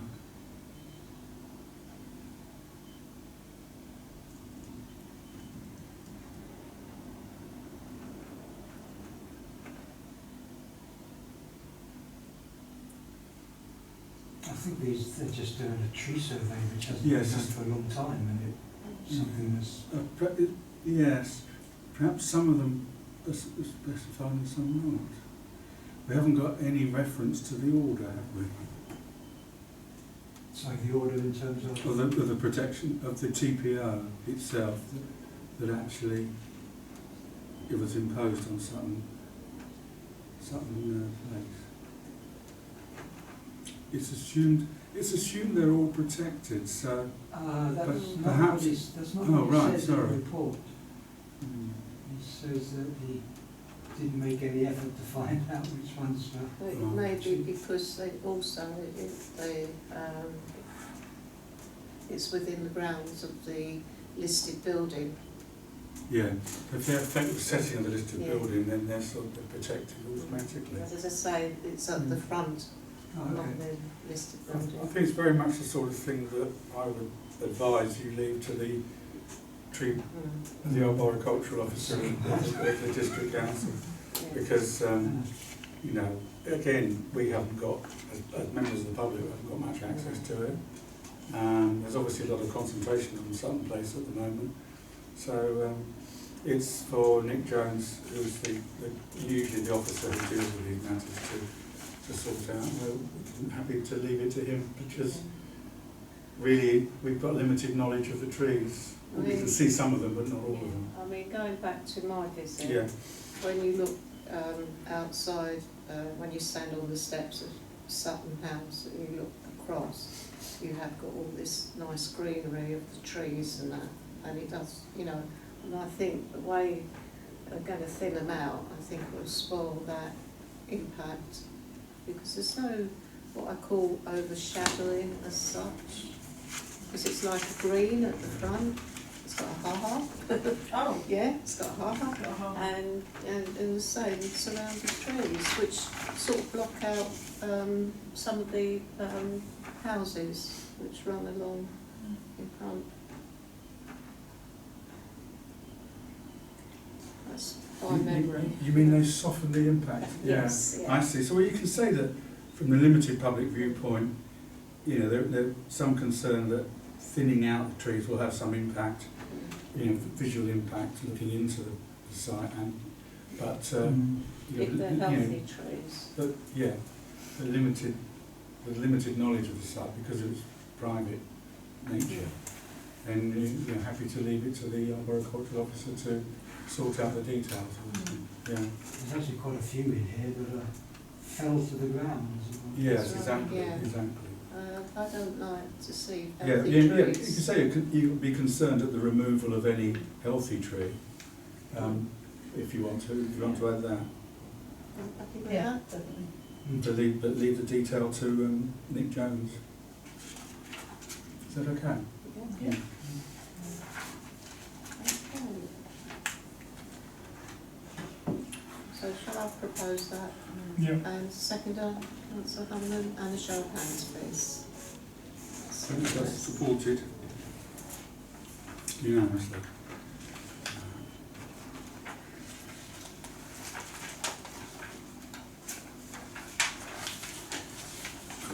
Better open the agenda again. Right, we go on to agenda item 5, and provide an introduction to the Lewis Local Plan consultation document published by Lewis District Council on the 29th of November. And you are recommended to note the contents of the report. Yeah, Have you no. got any comments? Do I need to Councillor say Hanman? anything because of being a district councillor? No, Because I didn't think I did, but I wanted to just double check. no, not on something as general as this. That's right, I just Yeah. thought I'd better just double check. Yeah. Because it's only to note. No, well, that's what I as thought, well. but I thought, you know, they all say it's better to just ask the question rather than, Oh yeah. than not. Councillor Thank you very much. 2.9, obviously the housing need delivery, I always find this quite interesting when the district council wants their request, and if the neighbourhood plan ever gets updated, do we have to do our request at the same time? That's I've been asked by Adam to look into how this affects the review of the neighbourhood plan. I think, you know, the obvious thing is that any allocations in this plan, when they get to allocations, will need to be reflected in the neighbourhood plan review, you know, they need to be added. But we haven't got to that stage yet. But it is time, I think, for us to, or for me, as the planning officer, to liaise with Lewis District Council and say, you know, you're getting sort of halfway in the process of renewing the local plan. There's a neighbourhood plan liaison officer at LDC who you would have had dealing with when you were on the neighbourhood plan steering group. steering group. That's the word I was looking for, steering. Yes, Yeah, I just came as planning officer. I didn't have any involvement in that. My job is just to sort of get the neighbourhood plan from the steering group and advise members as to how that should apply to applications. So I didn't have any involvement in it at all. But I've been asked to liaise with officers in the policy department. There's one particular officer I know I used to work with at Eastbourne, who I'm going to approach and say, you know, is this time for us to start considering a review, and bring a report on that to either the January and February meeting to you. So, you know, to what Lewis has said about the need to review, what sort of timetable we need to set, what procedures we need to put in place. So I'll be doing that very early in the new year. As far as this is concerned, it's a substantial document, as you said. They're running seminars on Zoom or Teams. I saw the first one. Yes, I noticed that you. I didn't switch my machine on. I was on the picture for the time, wasn't Yeah, I saw your name on the list. There's quite a few people there. A few dropped out early on, but they're on the website. You know, you can sort of get the views of the lead officer on it. As the close of the consultation period is not till a week or so after our February meeting, it's not worth rushing it through. So I've given you an introduction to the main points in it. I'll do some more work on it myself through January, and maybe on February the 1st would be the time when everybody's had a chance to have a look at it and refer to the website and the additional information, the seminars that were recorded on the website. You know, everyone's had a chance to look at those. We can decide what our final views are going to be. I don't think February the 1st is too late. I say it's it's February the 8th, I think, is the deadline. I must have put it in the report. But so Yeah, 8th February. yeah, I mean that's fine. So I'll, if necessary, bring an additional report to the January meeting on anything that's any new development that's happened, new seminars, or you know what information is available, and then we can have a more lengthy debate and decide what our response is So on February 1st. And I could suggest areas of response as well that you might want to look at. So in the new year, then, Chair, you'd recommend us basically to look at one of these seminars anyway, the recording of them. Yeah. And obviously, Jeff, you'll probably be drafting something anyway. Exactly. Document you start in the new year. If not, you've already started, so you just so it wouldn't be too arduous just to update something in last week before we submit. Bring points out and suggest some responses.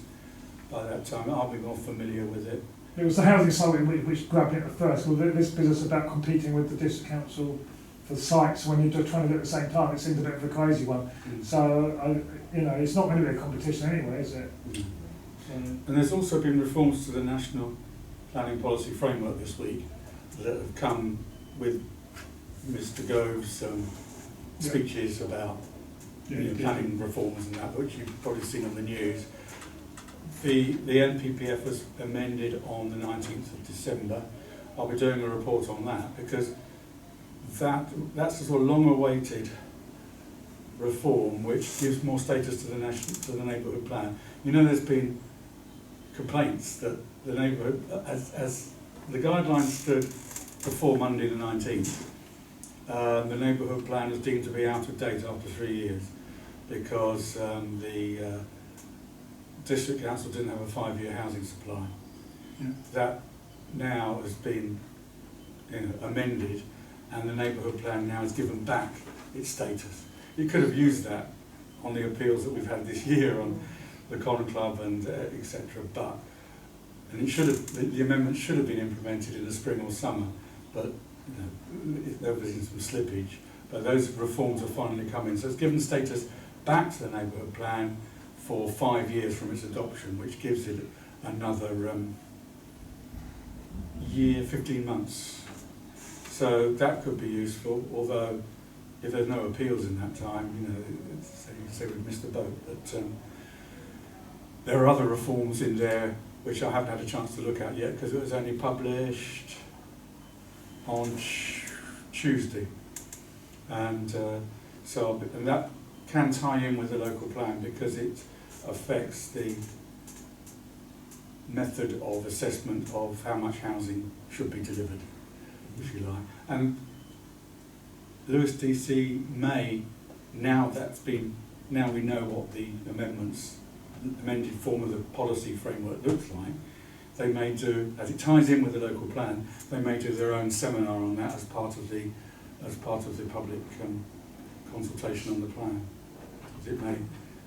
It affects the assessment of how much housing they should deliver.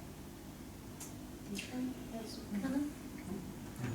Just go 2.6. Just have the local plan, which is Lewis district. And it also refers to, should be noted that the plan area omits the large central part of the district within the designated South Downs National Park. Central area is covered by South Downs local plan, which is also under review. Yeah. Are you across that as well? Yeah, we went to a workshop, they call it, on that at the end of November. No? And that is at roughly the same stage as the Lewis one. It's not so relevant to, I mean, it is relevant to us because it's on our doorstep, but it's not so relevant as far as housing is concerned because it's around our boundary. There's no prospect of any housing for Seaford's part of it. They did mention one thing, that Mm. they would be looking at land adjacent to built-up areas, Hmm. and they wouldn't disclose where they were looking That's at that right. point. There's a site at Normansall which is a We're the bit biggest built-up area. yeah, Yeah. there's no scope for it to the east, really. But to the north, there may be. Yes. There's been some interest in that farmland adjacent to Normansall, the woods there, Yeah. but nothing of any substance. But that's a possibility, but it's not so directly relevant to us, obviously, as the local plan. But I'm keeping an eye on what's happening on that, and the major consultation on that will come later this year, later next year. I've just got one eye on Seaford Barn. Oh, that's Years away, I think. there'll be an application probably next year from us for Seaford Black. Maybe it's Yeah. We're just interested to understand what South Downs National Park's policy on energy and stuff like that. Oh yeah, I mean there is a if you look at their website, they've got a consultation document on it. But it's not quite as advanced as the Lewis one. And I mean, I think the South Downs National Park are a bit more relaxed as far as green energy is concerned, because we had an application up Alfriston Road, yeah, up towards for High a wind turbine, which would be not a great big one, No. a smaller one, but they passed it. Without much of Yeah, so the more, I'm saying, probably 5 years ago, it would have been a no-no. But So, they are a little bit more relaxed than what they used to be. we did propose one for South Hill Barn at one time, so we had it in mind. Yeah. I don't know whether it's still on the plan, but Working group will come to some decisions on these things. Any more questions? So can I have show of hands note report? Okay, noted. thank you.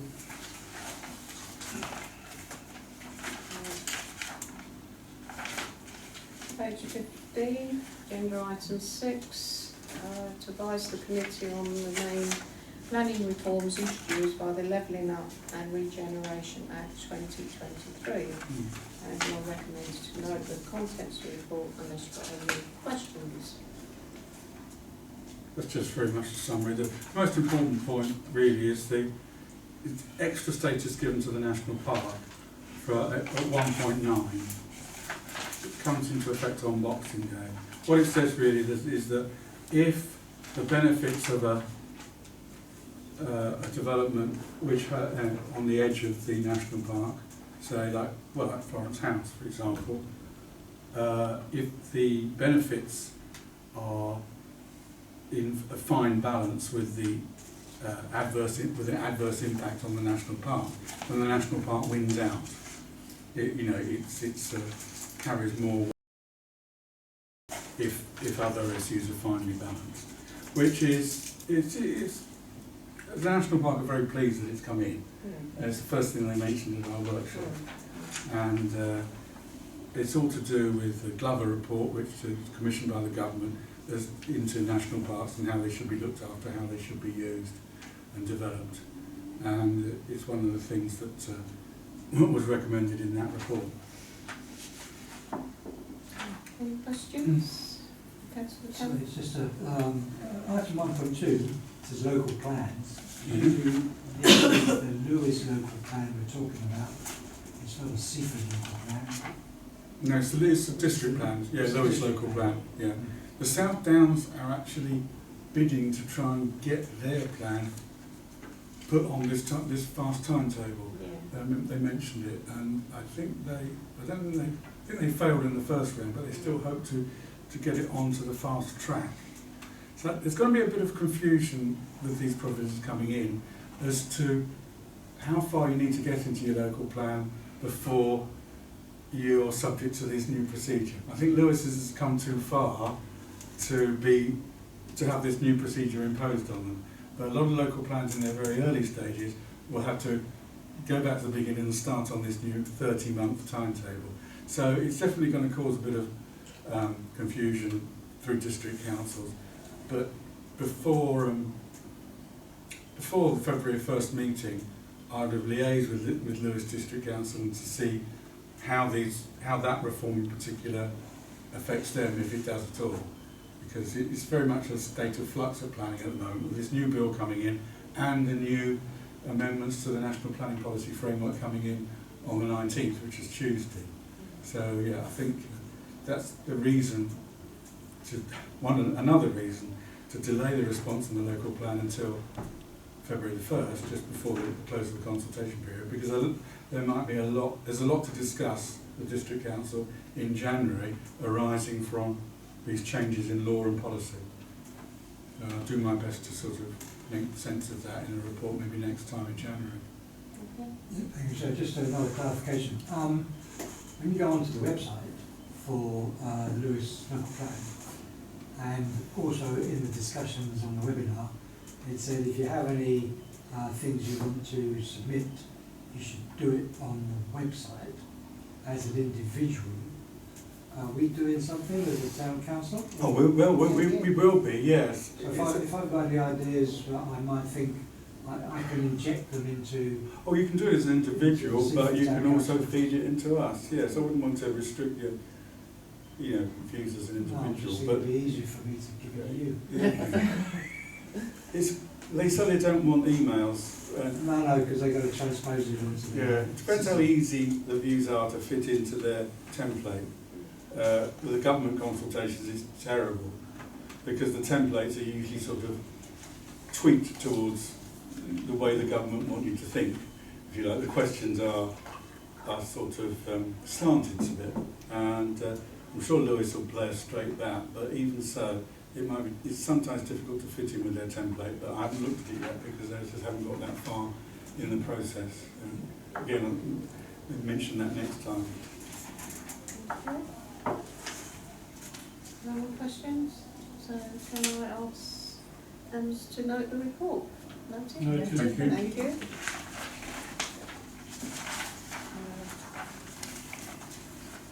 Page 18, to update the Committee on East Sussex County Council formal parking consultation for Lewis District. And you're recommended 1, to review the proposals for Seaford in the East Sussex County Council formal parking consultation for the Lewis District. 2, to feedback any planning considerations relating to these changes. And 3, to identify any changes or additions to previous Town Council response to informal consultation for officers to be mindful and of when sending in the Town Council response to the formal consultation.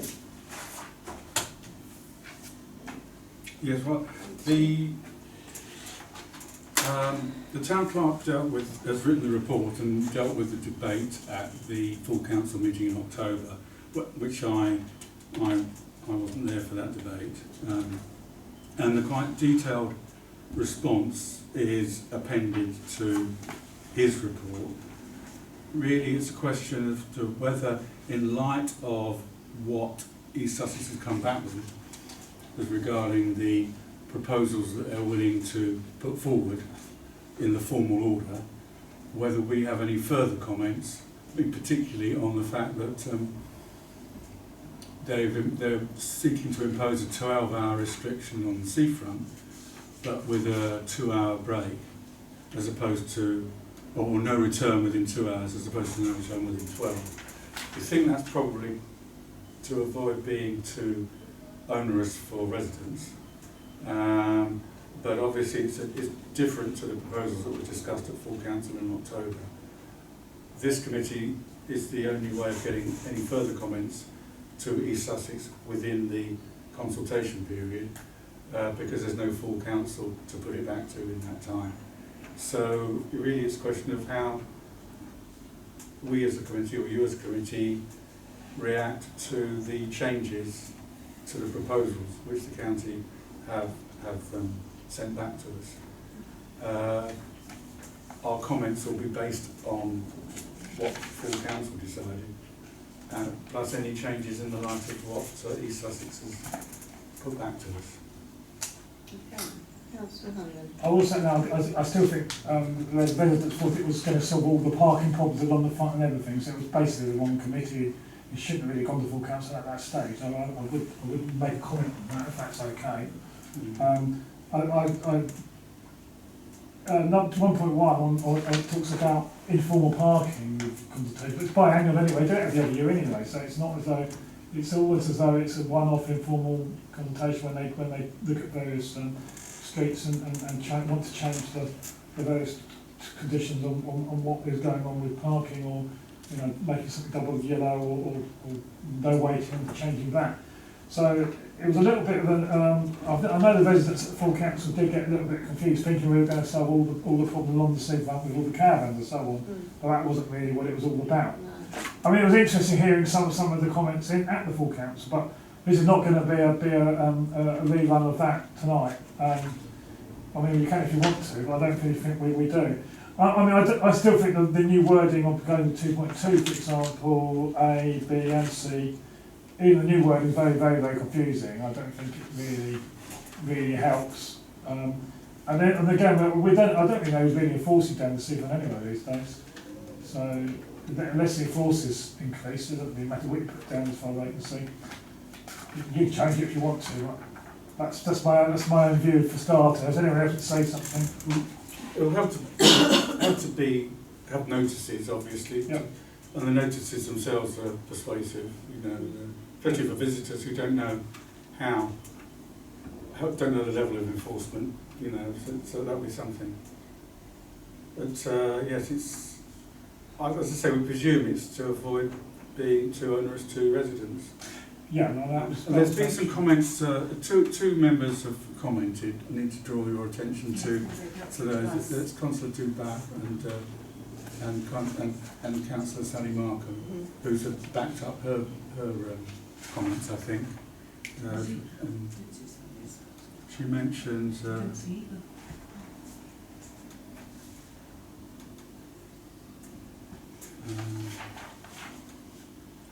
Yes, free parking. That's her email, which Linda passed to me this afternoon. Residents shouldn't suffer restrictions. They perhaps could be given permits. Don't want permit parking in Seaford at all. No. Permit schemes are very expensive. I don't think Lewis is in a position to. No, and I know the Chamber of Commerce are totally against permit parking. There should be cameras to monitor. Because the permit parking will have an impact on the town centre and businesses, and so I know the street traders and the Chamber of Commerce will instantly no permits. We're just talking we about had- the seafront, aren't we? We had Esplanade or something.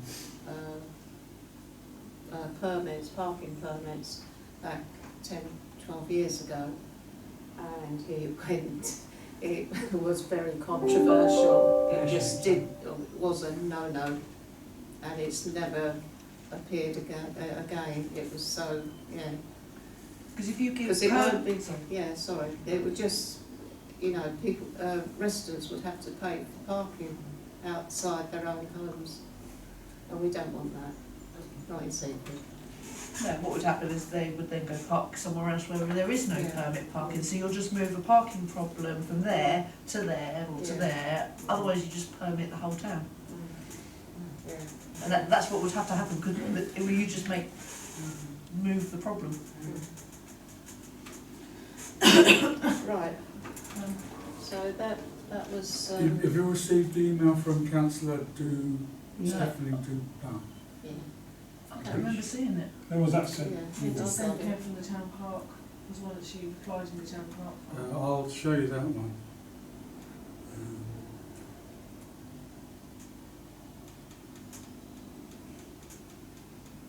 Did you I get think one she from the was- town clerk?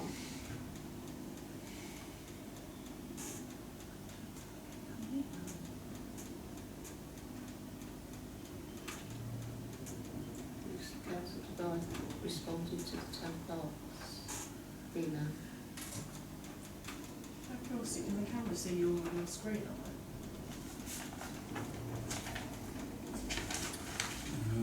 All your emails. She I'm wanted, flicking. That's what I was thinking. here we are. Keep parking free, remove the time limit so locals can park any time. You see, that's a permit scheme really. If you want to differentiate between local residents and visitors. Restrict parking on the whole seafront both sides to cars and motorcycles only. Don't you just give the residents a free permit then? But, yeah, well, I suppose, I mean, we're just talking along the front, aren't we? Yeah. And all that kind of stuff. Town council can't manage it.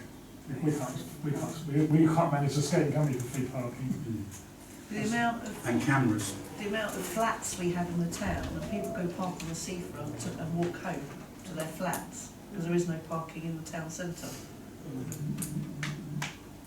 I've got friends who live in flats in the town centre and they park on the seafront when they finish, after they finish work. so it's a question of whether you want to add anything to Yeah, if you want. those points that are already made at full council.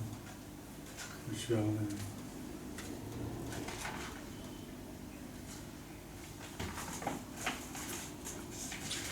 Where the full council, so they fall short of what's required to address the problems.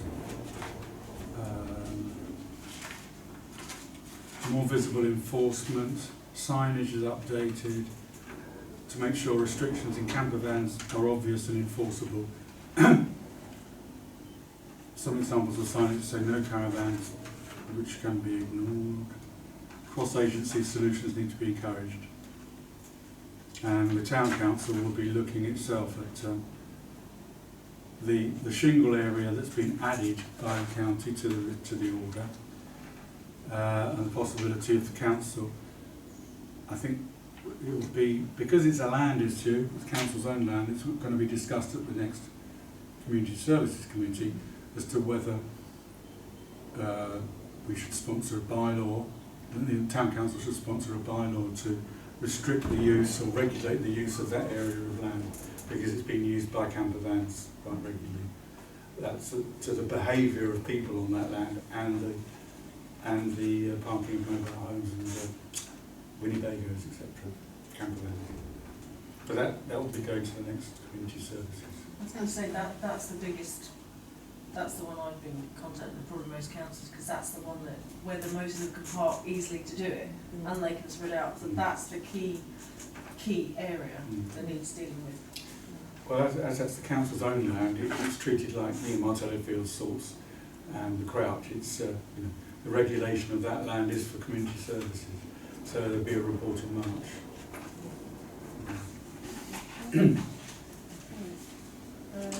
Can I just mention a comment on the 20 miles an hour for the seafront? Is that the, I don't remember that coming out, talking too much about that in the full council, but was that the whole length? Was that just part of it? 20 miles an hour. Well, I mean, you just can't just plonk a 20 miles per hour speed limit one end and the other end. You'd I have to, think it was. you'd have to basically, I mean, you'd have to do an awful lot of exhibits there to enforce it, wouldn't you? Curb outs and everything else that goes with that, chicaning. You wouldn't just go just do that in its own right. The only obvious way of splitting up the seafront would be to have it from Martello to Dane Road, I suppose. One bit, and then Yeah. you'd have But the next bit to. See, when the seafront, the road widens Right. onto Edinburgh Road, Yep. I mean, traffic just put the foot down. I mean, you could be going along at the 30 mile limit and they just overtake you and leave you standing. yeah, it's too wide. For It's 20 too mile, wide, so You'd have you to know do that things would to be make a it. good stretch because there's no traffic calming along that stretch. I mean, it's coming to work down really. It would have to have a lot of additional what's the word, calming measures, is that the word? Yeah, there'd be build outs and things Build like outs, that. yeah, things like that. It's Road quite- edging. yeah. Be quite a big build outs though, wouldn't it? Yeah. On that wide bit. Mm. This, because it is very wide, if you include the parking Yeah. as well. And that just sort of tends to make people put the foot down. Not that I do, but people do. Well, you do it subconsciously. Yeah. Mm. I've even seen I've been cars on- go the other side of the I've island. been on a speed like awareness day. course recently where they've explained all Really? this. Yeah. Right. So, Do we want to add anything to the to full what council's the, what response? full council has put forward.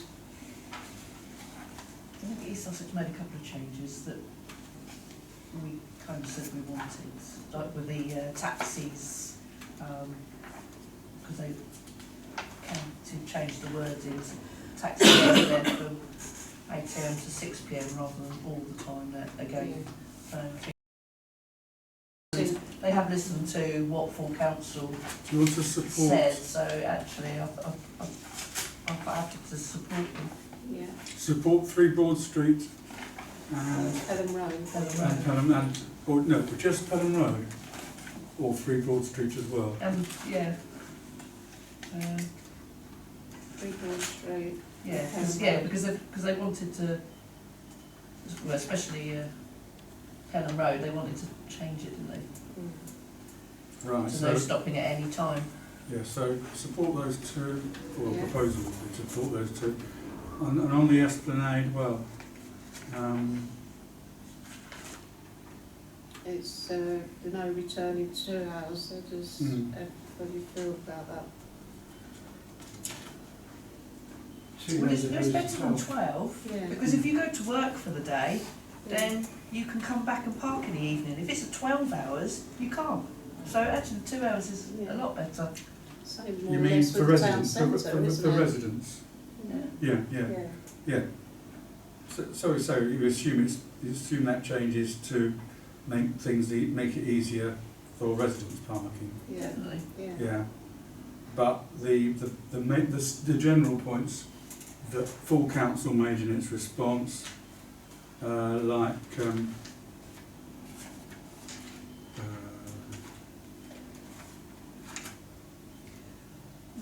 The town council's response was to the informal consultation. yeah, Now, they've made the changes and they've done it in the formal consultation, which is what,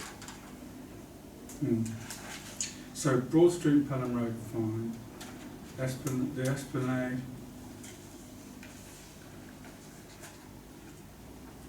Do you want to say those comments still stand, Yeah.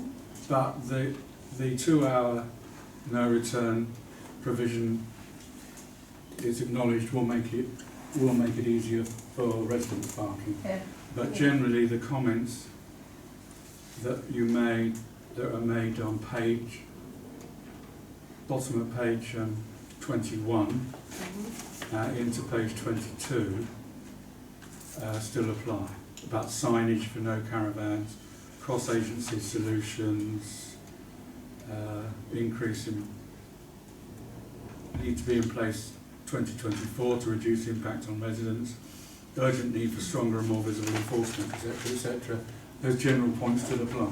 Yeah. Okay. Yeah, especially like point 5 with the camper vans on page 22, the top of page 22, with the signage that it should be caravan stroke camper vans. Yeah, that's right. Yeah, make it, because it's obvious holes like that need to be filled. I mean, that's what emerged from that lengthy debate at full council. So yeah, we only need to really refer to the 2 hour comeback. So is everybody happy with everything else? Yeah. So we can take 3 recommendations together. Yeah. Yes, yeah. That you support the proposals on 25 Pelham Road and 3 Broad Street because they're in line with what full council commented on, requested. As far as the seafront parking is concerned, the main points you made, that full council made in its response still apply, but as far as the 2 hour no return, you assume that that is being brought in to make it easier for residents to park there, and so in that respect, it's an improvement in the in obviously a definite improvement in the current situation, which is largely unregulated.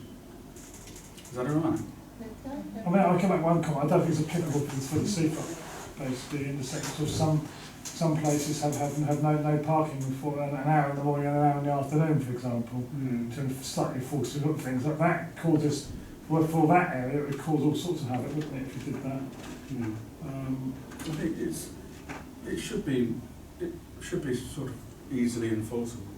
But I think what's there is probably improving what we got, but it's the wider picture that needs to be sorted out at some stage. Yes. That's What full council has said. Yeah. Cross-agency meetings looking for solutions. It's not, obviously, it doesn't finish here. It's just a part of an ongoing process. Subject, well, you see what the situation is this summer, maybe, but okay. Okay, so can I have a proposal and seconder, please? Thank you, Councillor Baldwin, thank you, Councillor Hannon, and a show of hands, please. That's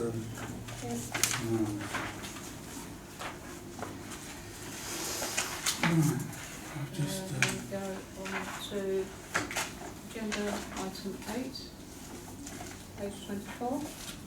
yeah, largely approvals have been in line with our responses. 45 Sutton Road, the condition regarding restriction of use was attached, and the cladding on is it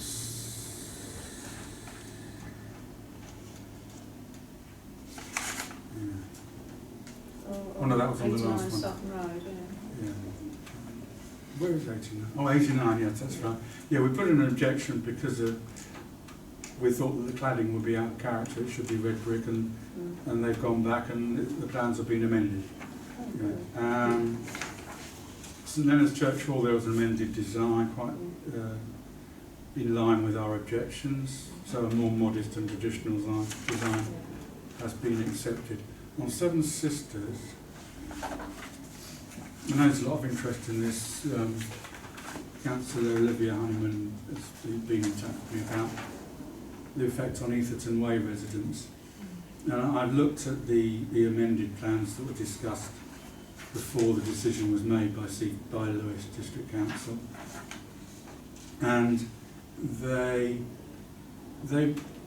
officer was satisfied that there's 25-metre separation between the new properties, the new flats here, and the boundary of Etherton Way, and that the trees would still provide a good screen. And I made some notes about it. 25-metre buffer to Etherton Way Gardens. Acoustic housing for the plant room at the back, which are mainly the air conditioning. So acoustic housing on that, and acoustic housing and decibel limit for the plant room. The hours of opening, which we wanted restricted to 10 o'clock, because we said there was no reason why, just because the pub was open till 11, that a shop should be open till 11. They've ignored that, and the hours of opening are 7 to 11. Double yellow lines opposite to help the flow of traffic in Orfordton Road, and other highway improvements and accesses in line with a Section 106 agreement with County Highways. So, sort of more improvements to the pavements and accesses around there to make it easier. And also delivery times to be arranged to be outside general peak times and school times. So they've sort of tried to make it more acceptable through those conditions, basically.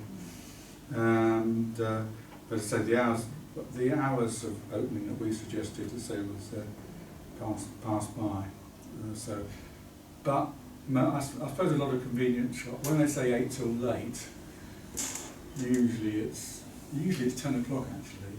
But so perhaps they made it 11 o'clock because it had been a pub before. I don't know, but anyway, that's. Do you want to mention anything about the appeal? Oh yes, well they had the appeal on Florence House. It lasted until, it was a day's hearing, lasted about 3:30 last Wednesday. We got our points over. It's very difficult to gauge how an inspector considers these things because they're very good at hiding their views. They just sort of take note of what's said. They don't take too much part in it. The inspector didn't have time for a site visit on Wednesday, so she would have done a visit on Thursday morning on her own, other than Florence House itself, obviously, where she would be accompanied by the owners of Florence House. But the general area, the golf course, etc., she would be making a visit on her own. One of the main points that Lewis District and ourselves wanted to make was the fact that the applicants have made a lot of the use of the adjacent land as a golf course rather than as natural downland. But in fact, and we, both of us, Lewis and us, said to the inspector, well, it is actually very much a golf course incorporated into the natural landscape of that area with the scrub and the humps and hollows, that the golf course doesn't stand out as a sort of manicured use of the downland. It blends in. It's very similar to the way the golf clubhouse blends into the scenery as well. But they were trying to say there's already a big golf clubhouse there, there's already a lot of parking there, and there's already, and the area is not open downland, open to all, it's got a golf course on it. And we're quite confident that when she visits it, she will see that it's a shared area. There are paths across there which are used. The golfers have to tolerate that, but it's also an area which, landscape-wise, does blend in to the downland around it, because it's not open, grassy downland like you get at the top of the Seven Sisters, for example. It's scrub, it's humps and hollows, and the golf club has become part of the scenery, really. It is well established well before the national park was designated. So we were quite confident that was one of the points that they relied on, trying to sort of denigrate the area by saying it's used as a golf course. But it's quality of the area is just as good as any other area around there. And I think we got that point over. The other thing is how 7 dwellings on that site could have that 7 dwellings would, they said, the appellants, 7 dwellings would have an equal impact as the 60-bed care home. Well, according to their plan that they mocked up, the 7 dwellings, it did. But we said, well, you can have all sorts of different plans for 7 dwellings on that site. We've never actually had to consider even a provisional plan for 7 dwellings on there, although it's allocated for 7 dwellings. And you'd expect a developer coming along to put 7 dwellings on that site to put them into the landscape, if you like, give them a low profile because of the national park beyond and because of the properties in South Down Road opposite. That there is space for 7 dwellings, and if they were carefully designed, which they would be because it's a sensitive area, they could be designed and laid out with much less impact than a big block of a 60-bed care home. So those are the 2 points that I think we got over. But inspectors are very difficult to read, so what will be will be.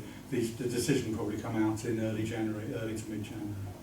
So report it to either January or February meeting.